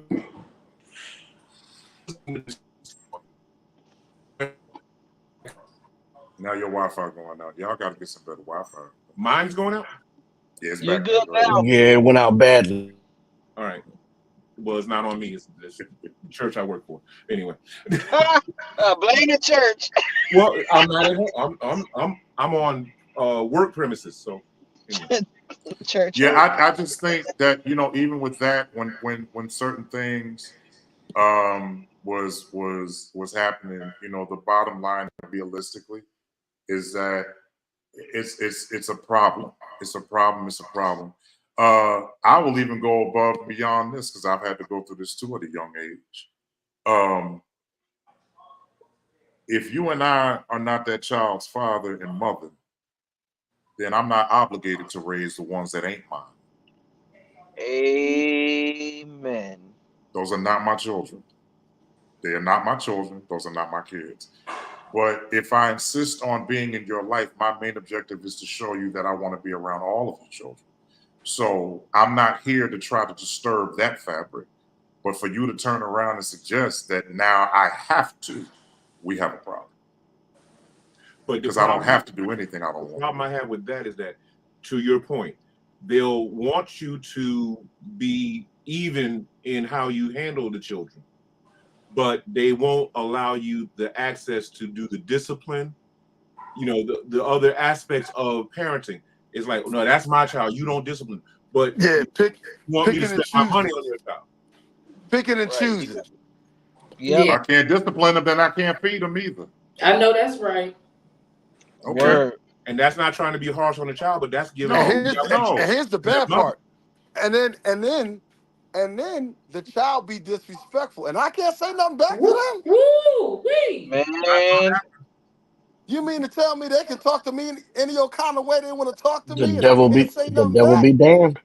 The devil be You damned. sure will. I'll box that nigga straight up and down the street till he can't run no more. I guarantee you. I told my own son, you talk out your face to me, I'll come over there and punch you in your chest so bad I'll reach your spine and pull it out your mouth, nigga. You do it again. And I ain't heard from him since.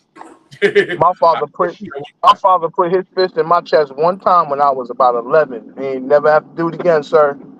I got the message. I done jacked up my Aye, aye, sons a few Captain. times. I was about 14. I learned quick. I was about 14 too. My father was so, my father was so crazy he didn't have to hit me. That crazy fool just looked at me. Yeah, well, my dad was that crazy too, but I was crazy enough. I thought I was big enough. I said, let me see what this man gonna do. He gave me the warning. He gave me the warning and pushed me down on the couch because he saw anger rise on him. He said, boy, sit down. And I'll pop back up. Next thing I know, he was like, bah! Yeah, Took my I done head jacked off. I done jacked up my son in front of Mother Pettifor and with his mama on the phone. Yeah. It don't put no fear in my heart. Which one? Yeah. Avery or Adrian? You got that right. It was Junior. Yep. I got him real good in front of Mother Pettifor house. But I guess where we all are with this is, you know, we have to look at it from this vantage point.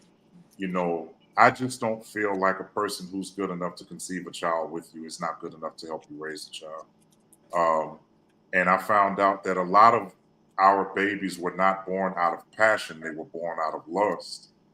And so because of that, we don't have a passion to raise them in a certain atmosphere. I was with my daughter's mom one time. The next thing I know, Terrence was there when that happened. I'm having a whole baby. I didn't know, you know, but I was trying to be in her life. But, you know, I'm sorry. But if my daughter looks like her brother who looks just like his daddy, I'm getting a blood test. Oh, shoot. Ain't no way you going to tell me that's my child and she look like her brother who looked just like his father.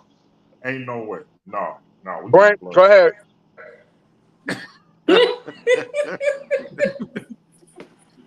I don't really have anything to say. You know, my tubes are tied, so I don't really have. Yo, what? I don't know about this.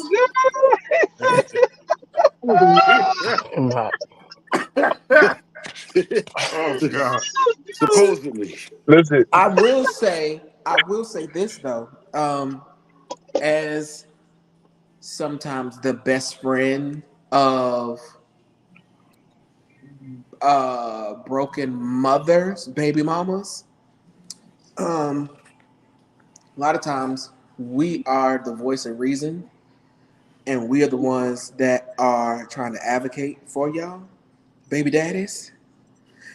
And at the end of the day, it is up to that individual whether she wants to listen or not.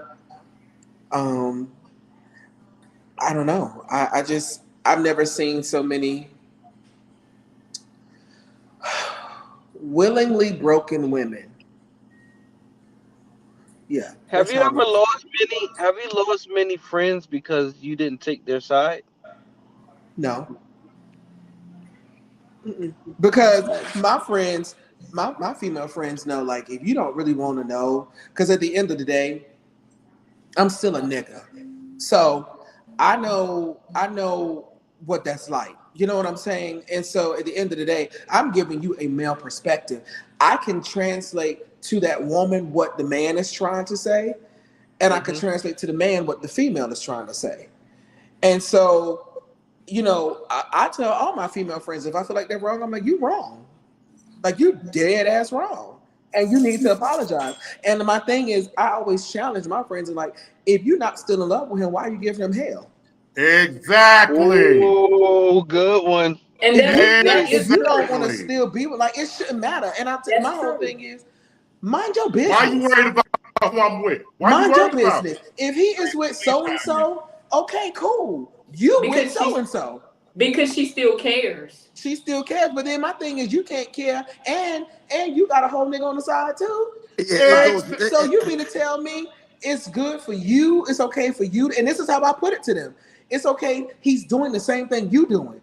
You just I know think his business, and he don't know yours. But I it's do. more than So that's why it's I can more than speak just to both. it's more than just cares. It's more than she It's I still want cares. you back, and It's I I don't know want how you. to do it, Yep. so And I I'm gonna do can't. it this way. Yep. I can't get you back, and so now I'm mad. So And God forbid that you're because with I don't someone you have what I love. because I don't have what I want, you gonna pay. Well, in women terms, we put that she cares. Right. But then too, Right. but then too, men. Here's the thing. Here It's now, more just okay. cares. I got a Here, I got a I got a musician friend. I got a musician friend who was married.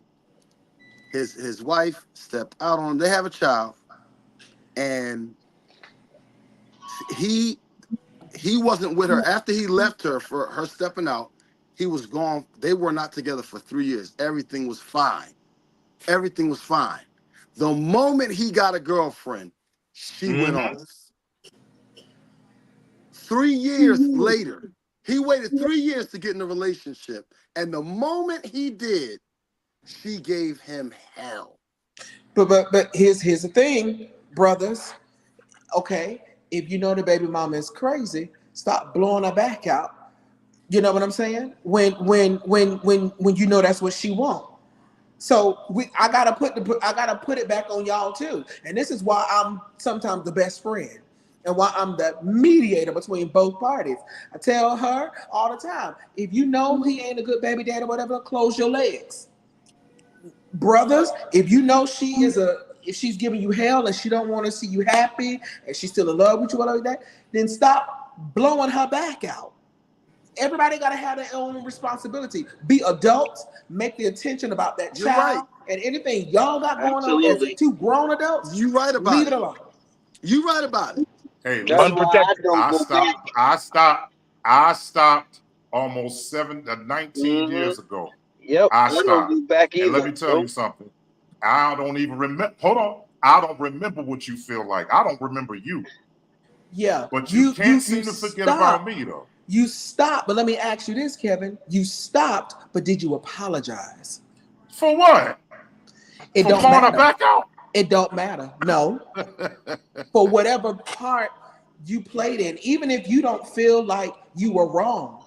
Hey, Sometimes Brent, all a I did woman, that. I did. No, I did that. Hold on. I did that. Here's what she told me.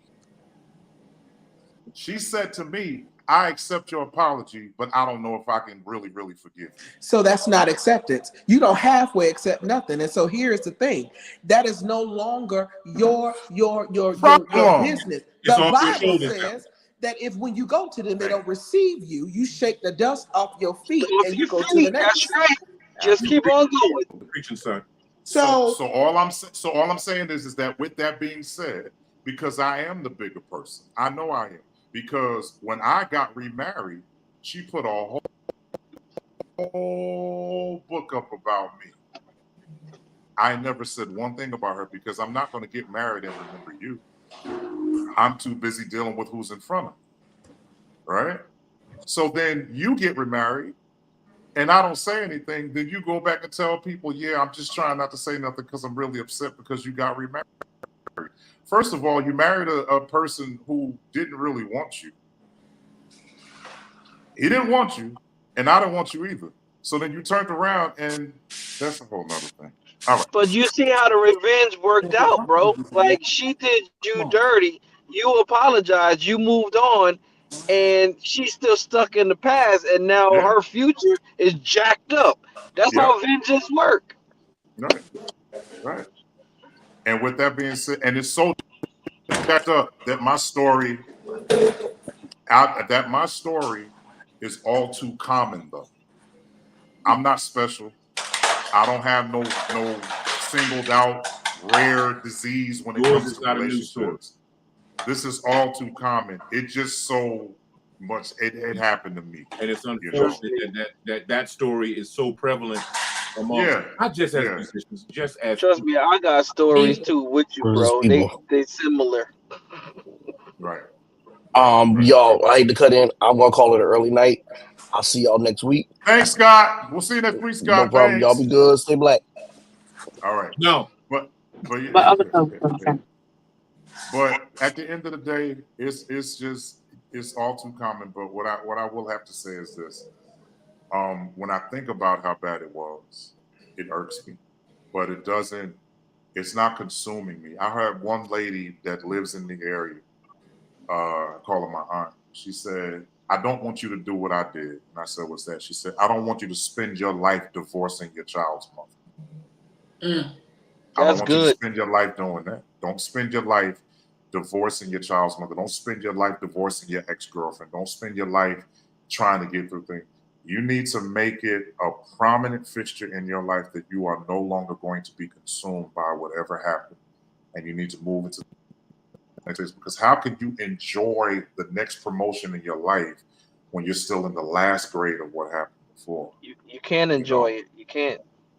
And so she was dead on it. And I said, you know what, you're right. And I said, I've let that go. She said, but now you have to get to a point in life where people talk about it and you're not affected by what happened, or you can talk about it without feeling certain things. And I think I feel for this because I've had mounds of people call me and talk to me between New York, between Connecticut, over here and on the West Coast.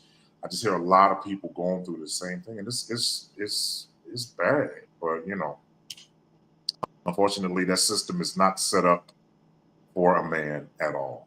I think it was he touched on it. I think it was Steve that touched on it before. That said that it's really just about the fact that certain things are just being perpetuated from generation to generation to generation. Absolutely. And at some point, not trying to sound ultra spiritual, but at some point you got to break the curse. You got to break that cycle. Yeah. And it's that you got it because again, toxicity breeds toxicity. That's right. And we got to there were things that happened with my wife's upbringing in terms of how things happened between her parents. Some of that bred over into the fact that when she became a parent, and I've done my best to try to make sure that at least with my daughter, as she is now a parent, that a lot of that toxicity is removed from the equation. Absolutely. Because my daughter is a mother of daughters, so I don't want that same attitude and mentality to now go another generation. And what's so crazy about her daughters is they act just like she does. Yeah, they funny, bro. So they act like they grandmama. And that's even more of an event. And for those of you that don't know, just come to Patterson one day, look for the loudest house in town. That's it. That's pretty much what it is. But Tracy, I want to say that even as a woman on here and listening, you probably saw a part of me you never saw, but anyway, we appreciate you for understanding that a lot of this, as I've said about different pastors and different leaders, I say it about different men, I say it about women. Every woman is not the same. There are some women who look at what some of these women are doing and they're going, I don't know what's wrong with her, but I hope she figures it out in some way or form. And literally because of the fact that there's a lot of things that take place. We often go over the fact that people are. I had a conversation today. People are really hurting out here. They're not just hurting, but they're hurting badly. You know, and if I can be honest, church has covered up a lot of their pain. Swept it under the rug. Yeah, it's like I go to church. If I shout, you know, if I speak in tongues, if I turn around, if I just get with the right circle, then I won't show you who I really am.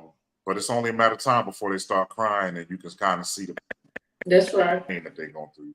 So, but I just want to say that, you know, we are not on here to bash anybody.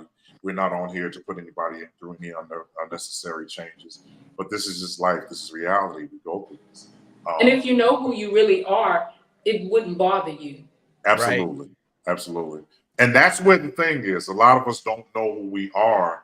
And a lot of what we think about ourselves is always predicated off of what somebody else thinks. Right. True. You know, as opposed to just saying, listen, you might not think I'm handsome. You might not think I'm built a certain way. You might not think I'm pretty. You might not think I'm whatever. I tell myself that all the time. So whether you believe it or not, I believe it. Right. You know, Muhammad Ali said, you know, I didn't know I was the greatest. I kept telling myself until I believed it. You know, I just kept saying it, you know, and look at where he was. You know? Look at while you're there. Do you, and I'm asking the question, do you really think that church only prepares to deal with emotional, interpersonal? No, not at all. No. We're taught, like you said, you know, just give God a praise. And don't get me wrong, there's nothing wrong with giving God praise. There's nothing wrong with it. Obviously, we all are products of the power of prayer. So this is not by any means trying to make life prayer, not praise, prayer. Prayer. Exactly. Right. But to the point that there's some things that, you know, you're almost made to feel like there's something wrong with you. If you can't shout it out or dance it out or speak in tongue it out, then there must be something wrong with you because your issue isn't being addressed or your issue is not being dealt with. I call that temper tantrums because that's all you doing. Basically, you just come into church, yelling, screaming, shouting, and still leaving bound. It's the same thing. You're just being angry. My sister said it best. She said, I don't care how much I shouted. If I ever shouted and I wasn't changed, that shout was for nothing. It's for nothing. Exactly. My sister says it all the time. If I'm shouting and walking out feeling the same way, that praise was for nothing. You know, so if I'm going to do it, do all of it. If I'm going to do it, do all of it. You know what I'm saying? So, you know, I like to talk about a lot of things, but, you know, we always end up back to what we know. And that's really cool. But I'm grateful for the fact that we were able to, you know, really touch on this because a lot of guys, I'm going to bring some more fellows on here later on in weeks to come because they don't have a voice. You know what I'm saying? They get shut down in court. They get shut down at the church, you know what I'm saying? They get shut down. And this is not a bashing session because in the end of it, I guess the defining moment is where you really find out who you are in the midst of that stuff, you know? And I know for a fact that there's been a lot of questions about people. If I could tell you, and I heard y'all know I'm a wrestling fan, so Triple H said this to one of the wrestlers. He was like, you mean to tell me you worried about what everybody's saying about you? He said, if you ain't making enemies, you ain't making no money. Facts. You know? And I was like, wow, there are people who don't like you that don't even know you. Absolutely. You know, and it's because of what they talk to somebody else about. You know what I'm saying? Their dislike for you is based on someone else's viewpoint. Exactly. And I told y'all, my sister said it. She said, Kevin, I went to go park my car by another car at the mall. I lined my car with that one only to get out and look at the back of my car and see that I was just as crooked and everything. But I based it off of what this other car was doing. And now I'm just as wrong as that car is because I didn't go for myself. Just as wrong. You know, so she was like, I learned not to do that. She said, then it turned around to life. It was like, oh, by the way, I'm not going to not like this person because they don't like this person. You know, and you know, so. With that being said, yeah, this might be an early night tonight. It's 11:19 where y'all at. One thing you didn't talk about though. What's that? The one after wearing hats in church. What? Okay, hold on. What did I do? What didn't I talk about? When wearing hats in church. We did talk about wear hats in church. We talked about no. He said after that. 80s, 90s music. Food? I talked about that too. Healthy we talked food. about Healthy food. Oh God. All right. We can do it next week. I'm just saying. All right, let's do it next week because we need to talk about that too. Because now that's a whole nother. Yeah. Have you heard about Jules? Jules? No. Jules Bartholomew? Yep. What happened?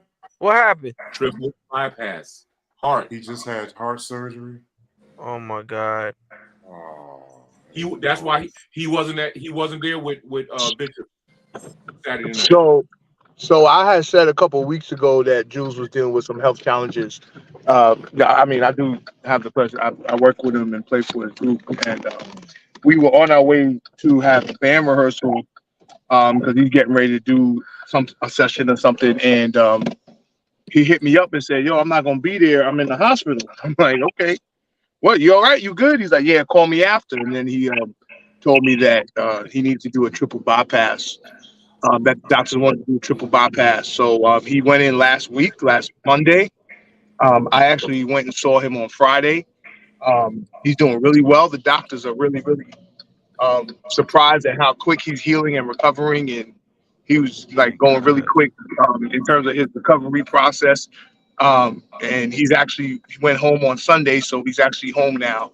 So, Thank God. he is thankfully doing well. We just had a prayer this morning. I spoke to him this morning, so he is doing well. But yeah, he did have to have a triple bypass. And one of the things he said to the group is, he said, "I made decisions in my life that got me to this place, and I have to own that." And so, one of the things, of course, we all know is, our diets. And again, that goes back to what we're talking about before about health insurance and things of that nature. Watching what we eat and being on the road and all that things, we can't eat certain things because it will affect us, man. And it's easy to just be like, "Oh yeah, stop by Sonic on our way to this gig and on our way to our rehearsal and all this other stuff." But we got to be mindful of what we are taking in because it is our temple, and we got to think longevity. But he is doing well. He's doing well. I'm glad he's doing good. I'm gonna reach out to him. I'll probably give him this week because I know he's getting a lot of floods of phone calls, so I'll just wait.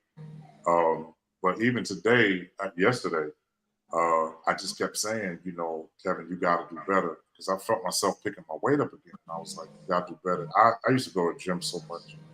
I was like, I got to start back going to the gym. But I'm just at a point right now where I'm just like, yo, like we can't play with this, especially with you getting older.